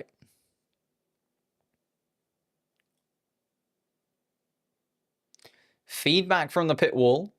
The manoeuvre into turn 4 was too marginal. So Oscar Piastri being given a little bit of a slap on the wrist for that move into turn 4 and the big lockup that there was, being told basically, if you could, don't do that again. As Charles Leclerc then does get past Liam Lawson. So Lawson outside of the podium places. Gabriel Bortoleto is indeed let by his teammate. So Bortoleto up into 9th. But we're now looking at a very different race because Piastri is now not continually breathing down the neck of his teammate. They're doing almost identical lap times, the two McLaren cars. Of course, the delta in Piastri's favour, but don't know how much is going to be in Piastri's favour. Certainly not 6.5 seconds worth of delta between those tyres, unless the hard compound completely falls off of a cliff. Bortoleto now a second behind Isaac Hadjar. Bortoleto on an absolute screamer, by the way. Could get past Isaac Hadjar, be back up to best of the rest. Fernando Alonso is now peeled into the pit, so he's going to fall away from that top 10. Everybody coming through. Isaac Hadjar has also had to pit. Oh, sorry, it was Hadjar pulling into pits, not Alonso. Hadjar pulled into the pits. He's now going to go back towards the back end of the pack. Oof. Lewis Hamilton now trying to get past Liam Lawson as well. Lawson not making it easy at all. And Lawson using every little inch of track just to make it that bit more awkward for Lewis Hamilton to get past. Hamilton does eventually through turn 6 and 7. But Lawson making it as difficult as humanly possible. And a little bit of a replay, actually, of Hamilton versus Alonso. And Alonso had to back out a touch to let Lewis Hamilton past. Ollie Behrman, ran very wide at turn wide. Had to use the escape road. In 11th place, Ollie Behrman, but certainly not out of any point scoring opportunities at the moment. Lawson and Alonso still going. Feels like they're going for a one-stop strategy there in the RB and Aston Martin cars. Gasly on the radio. And Gasly really struggling with the balance of that Alpine car. No grip, Gasly says. No grip. I'm about to spin at every corner. So not having a fun time as Tsunoda has a little look at Franco Colapinto. Colapinto, though, keeps 13th place ahead of the Japanese driver. Tsunoda's going to have a little look again, maybe down in towards turn 4. It's going to be very close between the two of them. I think they touch, they do. And yeah, Colapinto is sent spinning at turn 4. Round he goes. Colapinto manages to keep it, I think, just outside of the gravel. But Franco Colapinto hit there by Yuki Tsunoda, and that's not going to help things at all. Tsunoda up into 13th, Colapinto 14th, but God, Yuki Tsunoda, that's the second time Tsunoda has been involved in a collision, and Tsunoda now, I think actually maybe coming into the pits, yeah. Tsunoda coming into the pits, maybe even damage to that car. Colapinto, I think he gave him enough room there. I think that's Tsunoda at fault. Oh, and just brushes the front tyres into the gravel, does Colapinto. It's a good catch from him. And they're having a good look at that Red Bull car. Tsunoda does come back out into the race, though. 10-second pit stop. They had to have a real look at that front wing of that Red Bull. And Tsunoda is just having an absolute nightmare again. Whilst Liam Lawson is running P5. I know Lawson on a very different strategy, and Lawson on the one stop. George Russell, though, 5.5 seconds adrift of Alonso and Lawson in this. Then Bortoletto another couple of seconds behind as well. So maybe Lawson and Alonso onto something here. Certainly going for something different. Lance Stroll wasn't able to make it happen. He started on the scrubbed mediums as well. But very, very tight indeed. Ocon and Behrman swapping positions. Ocon now up into 11th. Behrman down to 12th. Ocon also within DRS range of Pierre Gasly. No love lost between these two Frenchmen. Of course, teammates last year at Alpine. Gasly was chosen to stay. Ocon sent packing, and Ocon, now with DRS, peels to the left-hand side of the track. And Gasly is going to not give him too much room, but Ocon's then going to try and sweep up the inside of turn 5. Doesn't quite get it done this time. Ocon, though, not letting it lie. Through turn 6, I thought he was going to let it go, but he does not. And Gasly gets very close through turn 6 to Ocon. Ocon has to back out of it. And eventually they do slot into position. Gasly behind Ocon. Fernando Alonso goes up into 5th as Liam Lawson has finally pitted in that RB. First stop for Liam Lawson. Let's see where he shuffles out into. Ocon behind Gasly once more. I want to keep looking at this battle. Ocon right underneath the rear wing of Pierre Gasly going through turn 1. DRS is going to be open on that Haas car.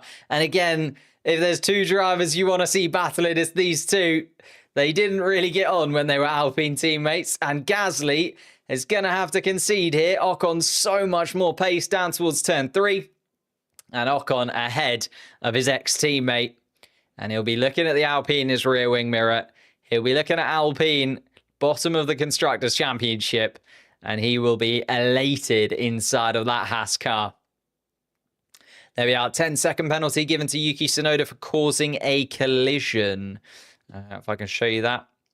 10-second time penalty, causing a collision for Yuki Tsunoda. That comes from the incident between him and Colapinto. It did look like Tsunoda was kind of the driver at fault there, unfortunately, for the Japanese man. And Fernando Alonso now into the pits as well. So we are going to get a real look at the top 10, despite the slightly different strategies. Bortoletto and Hülkenberg, by the way, both up in there. Both of the Stakes Sauber cars running best of the rest. Got Norris, Piastri, Leclerc, Hamilton, Russell, Bortoletto, Hülkenberg. When's the last time we saw two Sauber cars running 6th and 7th place on merit? Okay, yes, Antonelli and Verstappen did drop out of the race, and Albon as well. But both of the Stakes Sauber cars running 6th and 7th place. Ocon then behind in 8th place. Gasly has now dropped down to 9th.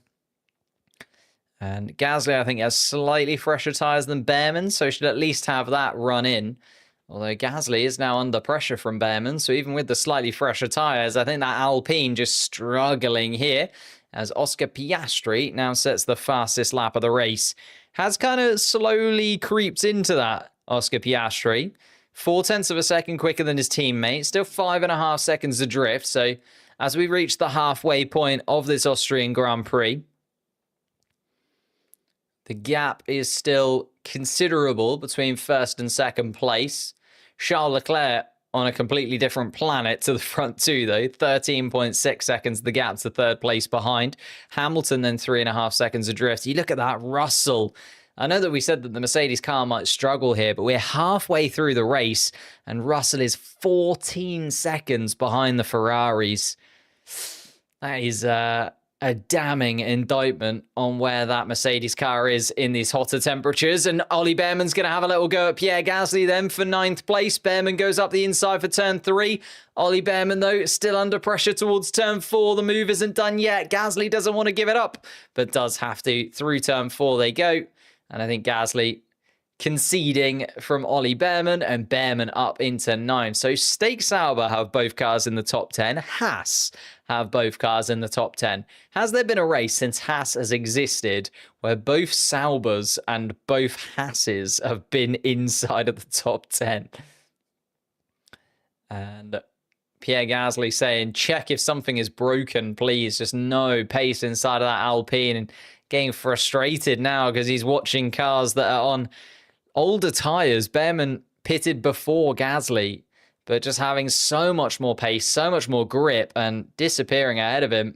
Behrman now through turn 1 and chasing after his teammate, Norris and Piastri. Norris just coming down the start-finish straight as well. And this is the other thing that's going to play into it a little bit. Starting to get towards the traffic is Lando Norris. Lance Stroll will be within eyesight of Lando Norris now as he's going up the hill towards turn 3. Isaac Hadjar now having a little look at Franco Colapinto as well, and Colapinto has to concede to Isaac Hadjar.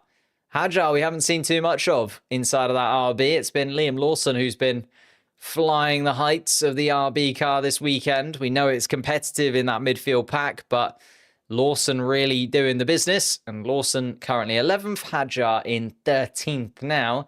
And ahead of that kind of duo that ran the different strategy, Lawson and Alonso, 11th and 12th place.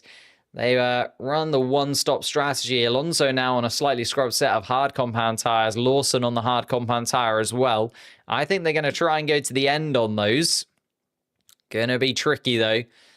Have to wait and see what kind of degradation there is on the hard compound tyre, especially for those middle of the pack sort of Behrman Gasly types that have been going that little bit longer. Hulkenberg also 24 laps on those mediums at this point. So the hot conditions will play into it. The thermal degradation on the tyres will be going off, and they'll just start to fall away from the car. Oscar Piastri, 5 seconds adrift now. Was another 0.3 of a second quicker, but you never know. Is Lando Norris just holding on to this now? Feels like Piastri maybe made a mistake there. I think if Piastri would have pitted just after Norris, like the lap after Lando Norris, he'd have been in a much better state. Decided to go for the tyre delta instead. Tyre delta isn't really helping him out too much at this point. Unless there's a safety car or something that really reels them in. I think it's going to be really tough for Piastri to close a 5-second gap on his teammate.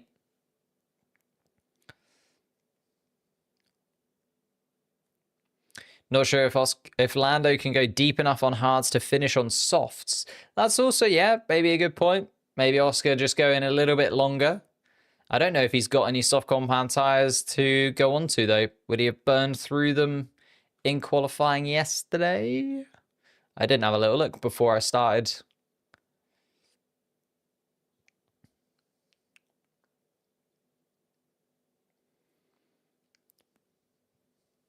And there you go. Laurent Makis says indeed Liam Lawson is going to try and go to the end from where he is, and possibly Isaac Hadjar as well by the sounds of things. So Hadjar and Lawson They are on the tyres to go to the end. Most of these blue flags are doing mid to high 110s. So Piastri just being told that the traffic is going to play a part very soon. Colapinto and Stroll just ahead of Lando Norris having a bit of a battle. So they're going to drop to within range of Lando Norris very, very soon. And maybe just causing Lando Norris a bit of a headache already, because Piastri now down to 4.5 seconds as Gasly pulls into the pits. And what's going on with the Alpine? I mean, he's on those hard compound tyres for a considerable amount of time, but still the pace was pretty appalling inside of that French car. Gasly swaps onto the mediums and hopes for something a little bit different. Who do I think will win? Again, I think your money's got to be on Lando Norris here, but Piastri is certainly making it interesting. Wouldn't want to be a gambling man about it. What's going on with Tsunoda? Why is he always pitting every other lap in every other GP? I mean, Tsunoda, he's also got a 10-second time penalty for causing a collision with Colapinto, so his weekend is pretty much over, isn't it? Tsunoda's really just thrown it all away. Not that there was much there to begin with. I mean, he qualified in 18th place, so was always going to be an interesting one. Bortoleto, Hulkenberg, Ocon, and Behrman all inside of the points. Ollie Behrman pitting. Behrman then, as I say that, Lawson and Alonso go ahead. Hadjar as well. So Behrman is going to have quite a considerable delta on the likes of Hadjar and Stroll, who are ahead of him, but he is going to have to get past them if he's going to finish inside of the points, because we know that Lawson and Hadjar are going to end on the tyres that they've got. Makes you wonder when Ocon will come in as well. Tsunoda manages to get past Colapinto this time around. Colapinto is in the pits, so Tsunoda now ahead of him once again. Leclerc and Hamilton also having to just deal with... Oh no, Leclerc's ahead. Hamilton now having to deal with getting past Colapinto. And this is where 2/3 of the way through the race, we're going to start to see a lot of traffic and a lot of little incidents between back markers and front runners starting to entangle. We've got Yuki Tsunoda, Behrman and Gasly between the McLaren and Ferraris. We've got Colapinto between the two Ferraris as well. It's all going to start to play a factor, especially when it comes to the front two and how quickly they can just deal with the traffic in front of them. Lando Norris now 3 seconds ahead of his teammate. Oscar Piastri really starting to make midway. I think, you know, obviously Lando is catching up to the back markers. Maybe that's the thing. Or maybe Piastri was correct to get that delta. I thought he made a little bit of a mistake, but who am I? Obviously not. Piastri now finding that little bit of extra pace. So 1 point. It's only a 1/10 of a second quicker than his teammate last lap, but Lando Norris inside of DRS range, and we'll get the blue flags to Lance Stroll as well. So Norris now ahead of Lance Stroll, which is very, very pivotal for Lando Norris in this, because he's now in clean air once again, where Piastri is going to be in the dirty air. So now Norris needs to get going whilst Piastri is still dealing with trying to get in front of Lance Stroll. Lance Stroll in the middle of the two, running at the back of the, well, not even really at the back of the pack, in 12th place. Just goes to show the pace that these two McLarens have got. They are lapping cars 2/3 of the way through the Grand Prix, and a good chunk of cars as well. Lance Stroll then between the two McLarens. Let's look at this for Piastri. Is Piastri going to be able to get past Lance Stroll this lap? Because then he'd have only lost sort of half a lap to a lap behind Lance Stroll compared to what Lando Norris had. 3 seconds still the gap between Norris and Piastri. Piastri still behind Stroll as they go through turn 3. Surely the Aston Martin moves to the side for Piastri down towards turn 4. So pretty much exactly a lap later, that would be. If Piastri can get past him now. No, he is not.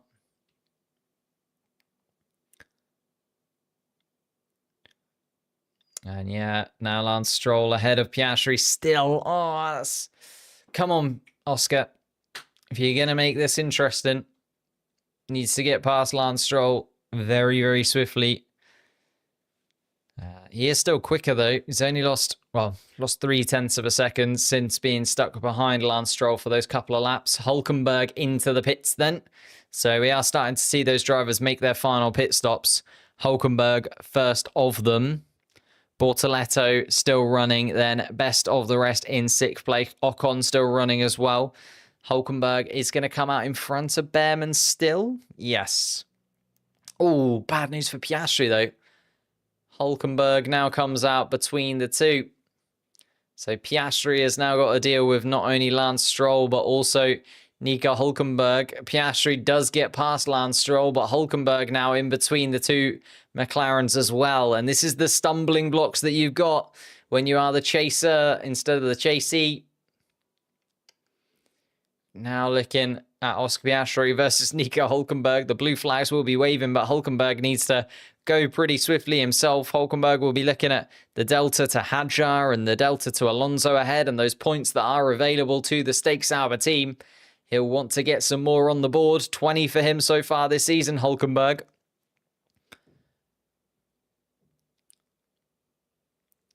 Is Liam Lawson going to go to the end? Is Fernando Alonso going to go to the end? Most likely. So he's going to have to overtake them on track. Feels like Hadjar will probably go to the end as well there. So 7.5 seconds the gap between Hadjar and Hulkenberg. So if Hulkenberg is going to get into the points, needs to make that 7.5 seconds up. Oscar Piastri now 3.5 seconds adrift, nearly 3.6 seconds adrift of Lando Norris. Hulkenberg still between the two of them. But Hulkenberg's pace is pretty decent. Does make you wonder what Piastri is going to decide to do at this point. Obviously has the delta on the tyres now, but does he try and maybe undercut? Is there an opportunity for him to pit and come out in a good chunk of free air and really get a run at some tyres? But then Lando Norris can kind of cover him off and be on easier going tyres for the rest of the Grand Prix? Or does Piastri try and go as long as possible, wait for Norris to blink first? Maybe, as we sort of mentioned, go on to a set of softs at the end of the Grand Prix. Although the softs didn't look incredible on the guys that tried it at the beginning. Nico Hulkenberg still between the two McLaren cars. That gap increasing because of it. Lando Norris in fresh air. Piastri being stuck behind Nico Hulkenberg. Norris, Piastri, Leclerc then are top three, but daylight between Piastri and Leclerc. 13.5 seconds, the gap between the McLarens and the Ferraris. Just a ridiculous lap that they've got right there. Hamilton then 6 seconds adrift as well. George Russell, 21 seconds off the back of the Ferraris. I know he's now peeling into the pits as well, but George Russell not having a weekend to remember, really, considering that brilliant win last time out in Canada. Does not look quite with it this weekend. The high temperatures not playing into the favour of the Mercedes car at all.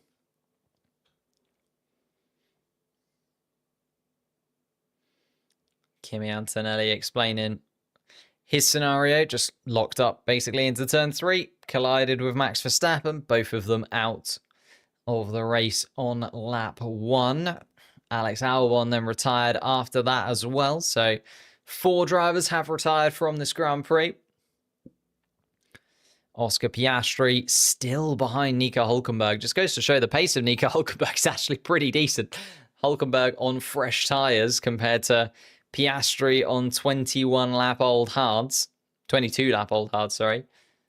So Piastri is finally going to get past Nico Hulkenberg. And that gap up to 4 seconds then. So it did cost him a second or so there, Piastri. Was 3 seconds behind Lando Norris. Now up to 4 as they get through that traffic.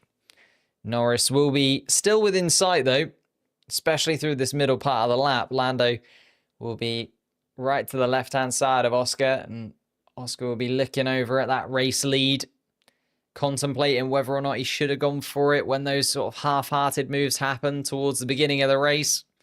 Tried to keep his teammate within that touching distance, then deciding against it and going for a different strategy. Lewis Hamilton started 4th, running 4th, and all by himself, really, in the middle of the pack. 3rd place Leclerc, 4th place Hamilton, looks locked in. Bortoleto running 5th. Might have to pit again, or surely will have to pit again, Bortoleto. 25 laps done on those mediums. Ocon, 27 laps on the hards. It's Lawson and Alonso that are the 2 drivers that look like they won't pit again. George Russell has come out behind them, so Russell's going to have to get past Alonso and Lawson if he wants to finish ahead of them on track. Hadjar also continuing on 18-lap old. Oh! And the Ferrari, I think that's Hamilton, is indeed, goes very deep into turn 3 and makes a mistake. Loses a solid chunk of time through there. Bit of a lock-up down in towards turn 3 from Lewis. Oh, and Piastri also made a mistake through turn 1 and had to go wide. So Piastri then losing another 3 or 4 tenths to his teammate. Now above 4 seconds, the gap between the two. Tiny little mistake from Piastri on lap 48 of this Grand Prix, but those do count, and those will cause you issues towards the end, especially if he is only 3 or 4 tenths adrift of his teammate. He'll be thinking back to that. Ollie Behrman having a look at the inside of Lance Stroll. Lance Stroll looks like a sitting duck in this Grand Prix. And Ollie Behrman back up into 12th place and now hunting down Nico Hülkenberg. Hülkenberg 9 seconds off the back of Isaac Hadjar. Needs to catch up to him. Hadjar feels like he's going to try and go to the end on those tyres. Hülkenberg, though, on much fresher set of mediums. And Lando being told on the radio, doing a good job. It's going to be tough when they get towards Isaac Hadjar. Definitely is. Isaac Hadjar just up the road of Lando Norris now, coming through turn 1. And Lando Norris, your race leader. Charles Leclerc, box. So the Ferrari's behind, going a little bit early. 21 laps left to go. Considering they pitted after the McLarens in the first stint, pitting before the McLarens in the second stint. Is fair enough. Oh, good stop from Ferrari there. Charles Leclerc in and out. 2.4 second stop.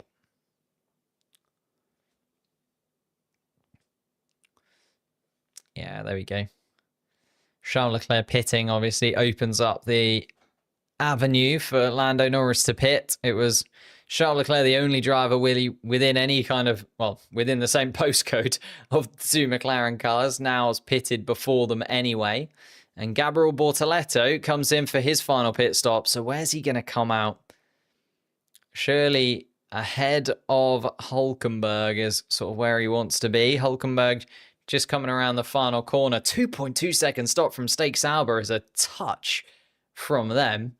And Bortoleto is indeed going to be ahead of Oscar Piastri. And Piastri's shaking his head at this point, surely inside of that McLaren car going, why on earth do these Stake Saubers keep appearing out of the pit lane in front of me? Bortoleto actually moves out of the way of Piastri already. Hamilton pits. Oh, and Hamilton saying he doesn't want to stop, but Ferrari saying box. I mean, it's not going to make a difference, Lewis. Let's be honest, mate. You're miles away from your teammate. You made a mistake into turn 3, which cost you another couple of seconds. Your race is done and dusted. Get your fresh tyres on and do 20 more laps. Like, Ferrari just... Hamilton being a bit pedantic there, I think.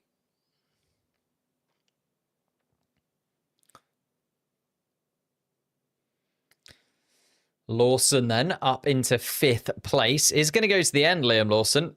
It could be an absolute touch from Lawson and Alonso here if they do manage to go to the end and get all the way on these hard compound tyres after a very long first stint. Maybe the one stop was the way forwards. Russell closing in on them, though. 1.6 seconds now, the gap between Russell and Alonso. Surely Russell will get himself up into that top 5. It's just whether Bortoleto behind can really find the pace. Bortoleto will have Piastri in front of him to hover around and try and copy. So just feels like who's got to pit? So just the McLarens, right? Behrman letting Ocon past. Stroll's pitted. Gasly's done. Tsunoda's done, surely. Yeah, it is. Literally just the 2 McLaren cars that are left to really pit for strategy purposes. Both Saubers inside of the points as Lando Norris does come in. Lando Norris into the pits then. Piastri is finally going to lead the race once more, although not in the way that he would have wanted to.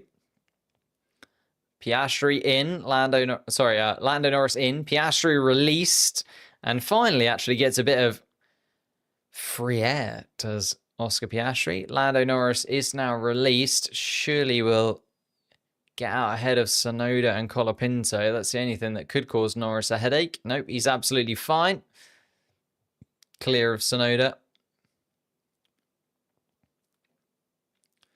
And then Piastri, being told, should be in at the end of this lap. But then Piastri is going to come out behind Tsunoda and Colapinto. So that's not going to help him out either. All this traffic has really played against Oscar Piastri.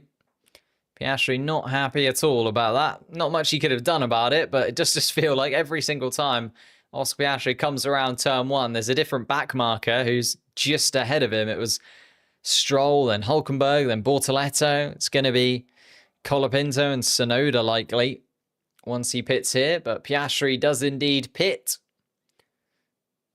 Lando Norris only 16.3 seconds behind.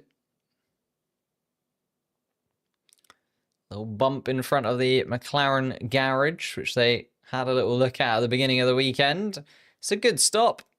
Lando Norris, they're going very quickly indeed, and Lando Norris is going to be comfortably ahead of Piastri. So whether Piastri comes out ahead of those 2, there's Tsunoda and Colapinto.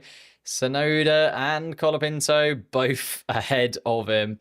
And that is an absolute nightmare for Piastri. Comes out in traffic that are battling with one another.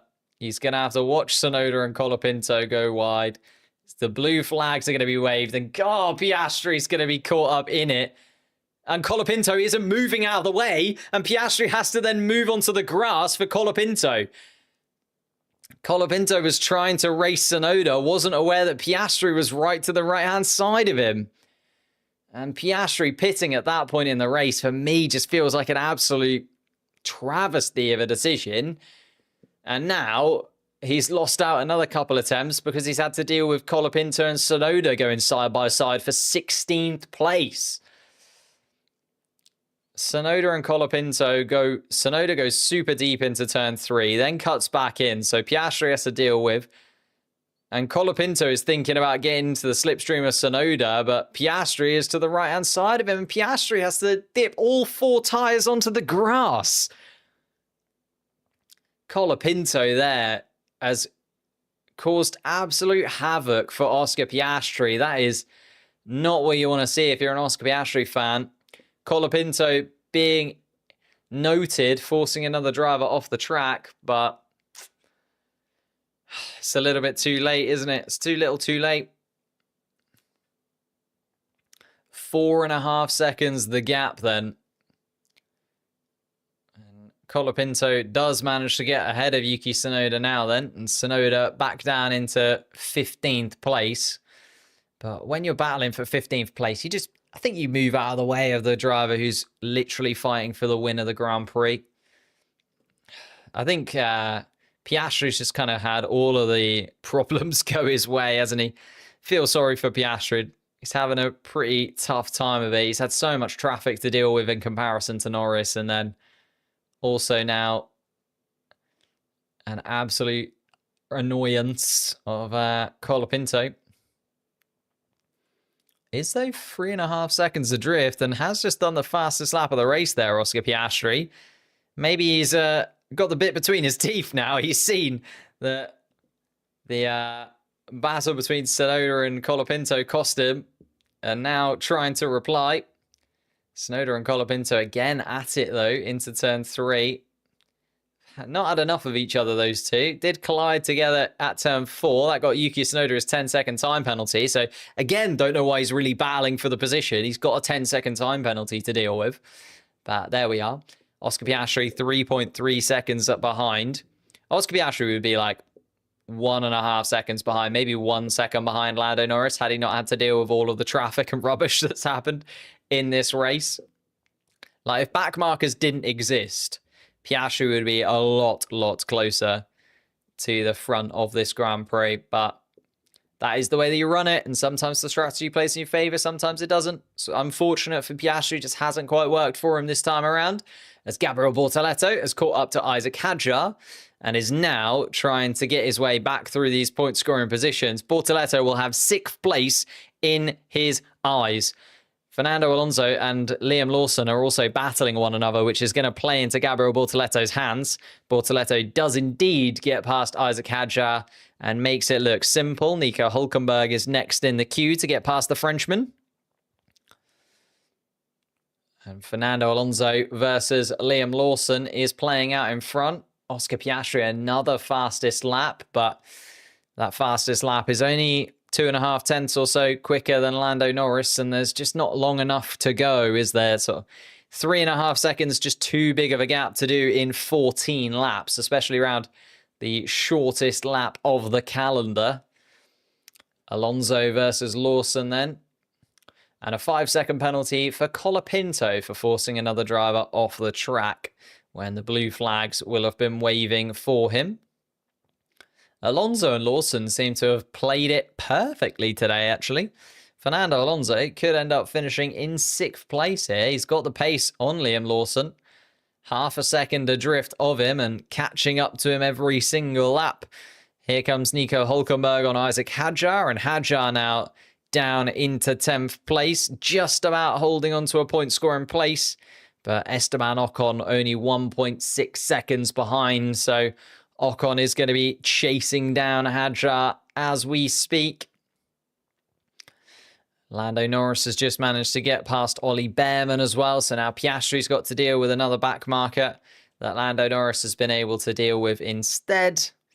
And I think the battle for the victory here is over.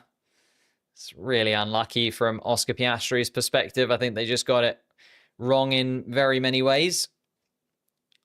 And Nico Hülkenberg getting ahead of Hadjar was a nice move ahead of Hadjar. Fernando Alonso not giving up, though, on 6th place. Lawson in the defensive manoeuvres. Lawson covering the apex at turn 3. DRS wide open, though, for Fernando Alonso. It's very tight indeed. Lawson having been denoted. And there comes Esteban Ocon. And yeah, Isaac Hadjar's tyres have fallen off a cliff now. He is a 1:12.1, the last lap time from Isaac Hadjar. 3 seconds slower than Esteban Ocon, who was behind him. And Hadjar is now outside of the points and will finish outside of the points today. That is unfortunate if you're an Isaac Hadjar fan. He did very well indeed, up until a point.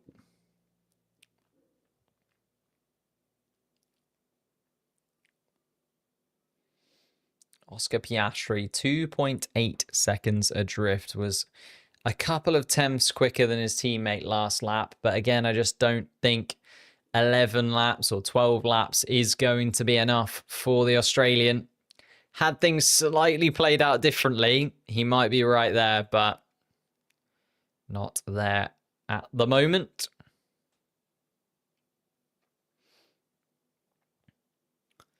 Stroll is not letting Hamilton pass. I mean, it's not going to make any difference to any of their days, unfortunately. Charles Leclerc and Lewis Hamilton have been locked in 3rd and 4th place for, let's say, 60 laps, pretty much, to be honest. Hamilton versus Russell, there was a little bit of a battle at the beginning, but Russell would have never been able to keep up with Hamilton in all of this. Now 24 seconds adrift is George Russell, who so very quietly got past Lawson and Alonso. whilst we were looking at the front runners and whether or not there was an opportunity at a race win for Oscar Piastri, but not the case at the moment. Piastri, I'll tell you what, 0.5 of a second quicker. Maybe I'll eat my words. If Piastri manages to do this, it will be one of the best final stints I've ever seen. He is 10 laps left to go. He is now 2 seconds adrift of Lando Norris. Has the tiniest of deltas. If he does this, he deserves the championship. Give him the championship now. He deserves it. But I think the problem is he's having to deal with back markers. So Piastri now dealing with Isaac Hadjar, I think that is between the two of them. Lando Norris catching the back of Esteban Ocon. Bortoletto not catching the Lawson-Alonso battle as quickly as I was hoping he would either. I think Lawson and Alonso might have played this really well in terms of their strategies. And Lawson and Alonso 6th and 7th place at the moment. But both of them inside of the points nonetheless. Bortoletto, his first point scoring place on the board. And Lando Norris being told the main pace difference is in the high speed, hopefully just due to traffic. Lando Norris on the radio asking for help. And Lando Norris does do an 8.2 and Piastri an 8.1, so Norris did find a little bit of pace in the traffic, but Ocon is now there for Lando Norris, so the two McLarens are actually getting very close indeed. Charles Leclerc could be in for a win here. Remember what happened last year when Lando Norris was battling for the victory at the end? Let's hope that it's not the two teammates that come together. Lando Norris, though, struggling for pace. He said it on the radio.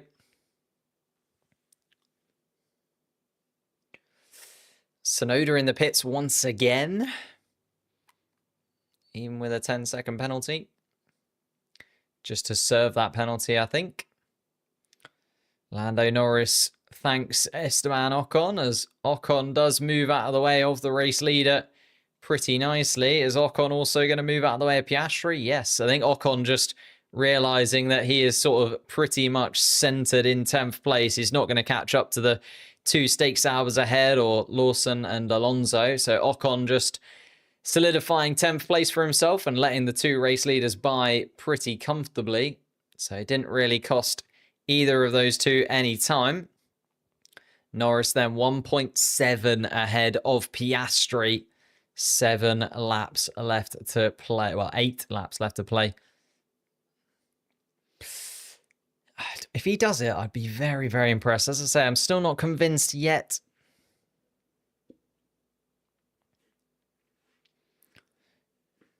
Where is Max in the standings? Oh, that's a good point, actually. Should we have a little look at what the standings would look like at this point? So Piastri, 18 points. Lando Norris, 25, obviously. Would mean that the championship would look as such. So nobody moving anywhere, apart from Nico Hülkenberg actually moving up a position. But yeah, Max Verstappen then 46 points off second place. Think it's done, isn't it? If you're a Max Verstappen fan, unfortunately.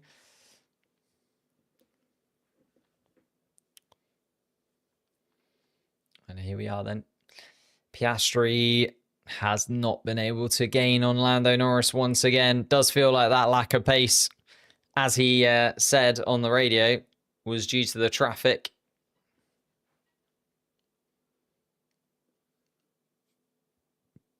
Lawson, though, still in 6th place. Russell was able to get past them, but Alonso still stuck behind. Bortoletto, 4.9 seconds and was 0.8 of a second quicker than Alonso last time out. So it's pretty tight, isn't it, between the two of them?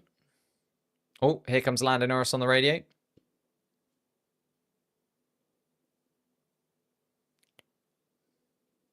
Lando Norris, a little bit of damage to our front wing, which is changing the balance. Nothing we can do. So a little bit of damage to Lando Norris's front wing. Lando Norris has managed to move past Hülkenberg, though. Hülkenberg now in the way of Piastri. And they are through traffic. They are going ridiculously quick. Like, look at Lando Norris's lap times, 1.86. Piastri in traffic are 1.89. Charles Leclerc 1.9. 1.10s from George Russell and Lawson, Alonso. Wow. Here we go then. Oh, Fernando Alonso having a little look at Liam Lawson again, but not this time around. Alonso versus Lawson still playing out. As I say, I think they just got it absolutely spot on with strategy, Alonso and Lawson. Going super long on that first stint on the scrubbed mediums. One-stop strategy actually maybe was the best strategy overall. Certainly the best for the midfield cars. Bortoleto, 2.9 seconds adrift, has a lot to do in the last 6 laps. I hope he kind of does, though. I'd love to see Bortoleto finish in 6th place. Certainly put in a stunning performance. Problem is, he's also got Lando Norris and Oscar Piastri, who will soon be breathing down his neck. So Bortoleto needs a little bit of a rush on right now.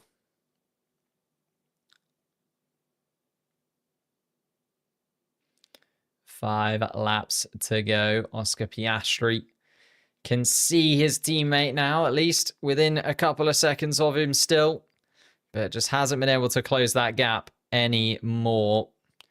1.8, 1.7 seconds now.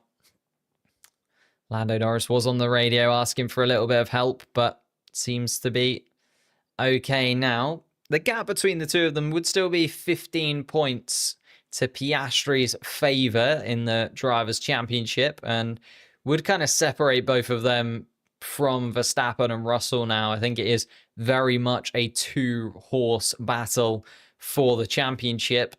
Piastri, 18 points gained from this weekend. Norris is 25. Verstappen, obviously, 0, would mean George Russell is actually only 9 points behind Max Verstappen in the championship now. Charles Leclerc, 15 points for him and a podium place. We haven't really talked about the Ferraris and the fact that Charles Leclerc is going to finish on the podium, which is a very, very good finish.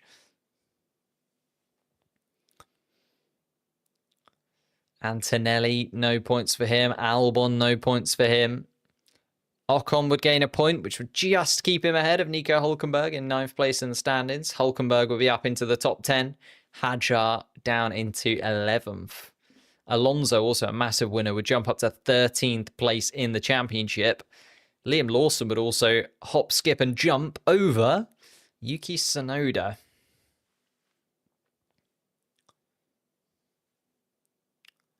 Need corner discipline, turn 1 and turn 3. Lando Norris being told over the radio.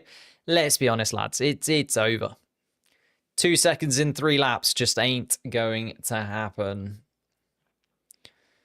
Just maybe telling Lando Norris to keep it comfortable for the final part of the race.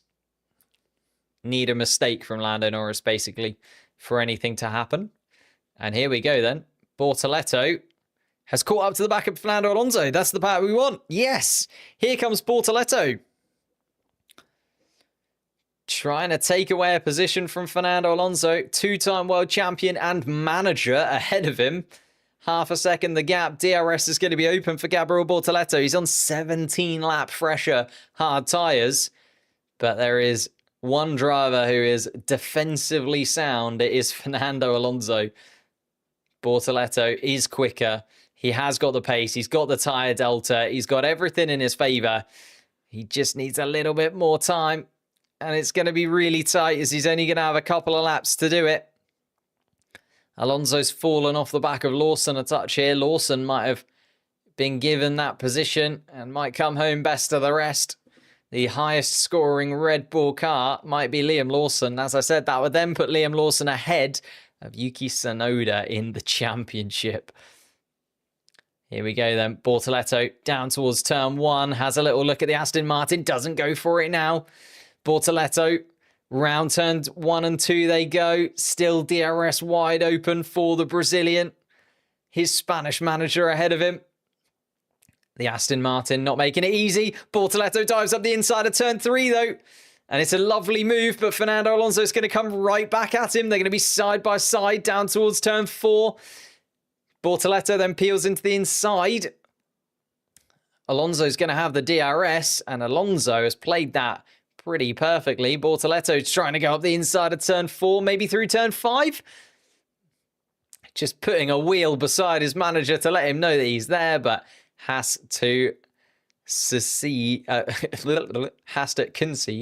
that position, and Alonso stays in 7th place. Bortoletto, of course, started in 8th here, finished in 8th. I mean, if you'd have offered it him at the start of the race, he'd have absolutely snapped your hand off. But now he really wants to make that move past Fernando Alonso.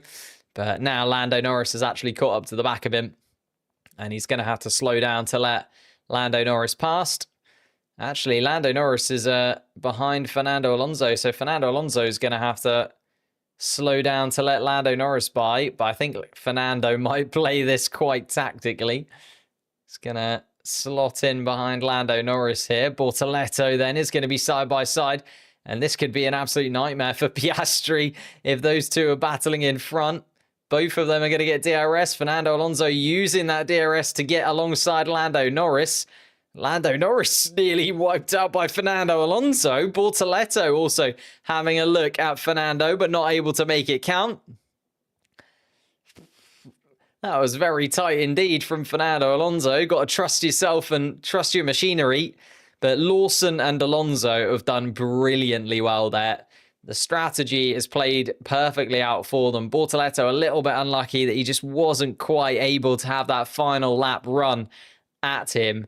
But Lando Norris comes around the final corner, should have won here last year, does win here this year, and it is a clean sweep from Lando Norris. A perfect weekend after what happened in Canada last time out. Oscar Piastri comes home in 2nd place for a McLaren 1-2, and Charles Leclerc a distant 3rd place, but a 3rd place nonetheless in his Ferrari. So Charles Leclerc takes the podium spot. Hamilton will come home in 4th. George Russell, 33 seconds adrift of Lewis Hamilton. Again, I think Russell getting the most out of that Mercedes car, but just goes to show that Mercedes was nowhere close to the Ferraris, and that Ferrari was nowhere close to the McLarens this weekend. It really was a very clear hierarchy in terms of those teams that will move Ferrari in front of Mercedes once again in the Constructors' Championship by 31 points. Liam Lawson comes home in 6th place. A really good drive from Liam Lawson, and a drive that he needed. There was a lot of pressure on Liam Lawson coming into these final 4 races before the summer break, because you imagine decisions are going to be made over the summer. Arvid Lindblad and whether or not Red Bull get him in sooner rather than later. But Lawson doing the job, getting a 6th place. Alonso behind in 7th. Bortoleto, his first points in Formula 1. An 8th place finish, 4 points on the board for him. Moves him to 19th, well, keeps him 19th place in the championship, but moves him ahead on points than Colapinto and Doohan behind. And Lando Norris celebrates. Hulkenberg in 9th place, as I was going to say, and Ocon down in 10th. Picks up the final point scoring place for the Haas team. Ollie Behrman just misses out. Hadjar, Gasly, Stroll, Colapinto and Tsunoda all finished the Grand Prix. Albon, Verstappen, Antonelli and Sainz, the 4 drivers that dropped out. Albon with a mechanical fault inside of his Williams car. Verstappen taken out by Kimi Antonelli on turn 3 of lap 1. And Carlos Sainz couldn't get his Williams going at the start of the Grand Prix. And then once he got it back into the pits, the tyres, the brakes, the rear brakes caught fire, and that was going to be the end of his race. Thank you guys so much for watching. Leave a like, subscribe, all of that good stuff. Massively appreciate you all dropping by. We will be back again next weekend for Silverstone. So back-to-back race weekends, Austria into Silverstone. Then, of course, 3 more Grand Prix until the summer break in August. Who will be at the top of the Drivers' Championship? Oscar Piastri is there by 15 points at the moment, but Lando Norris will not let it lie. Thank you guys so much again. If you are a member, I'll be live in 5 minutes' time for a post-race stream where we'll have a little chat about the Constructors, about the Drivers' Championships, and, of course, all the major talking points from the Austrian Grand Prix.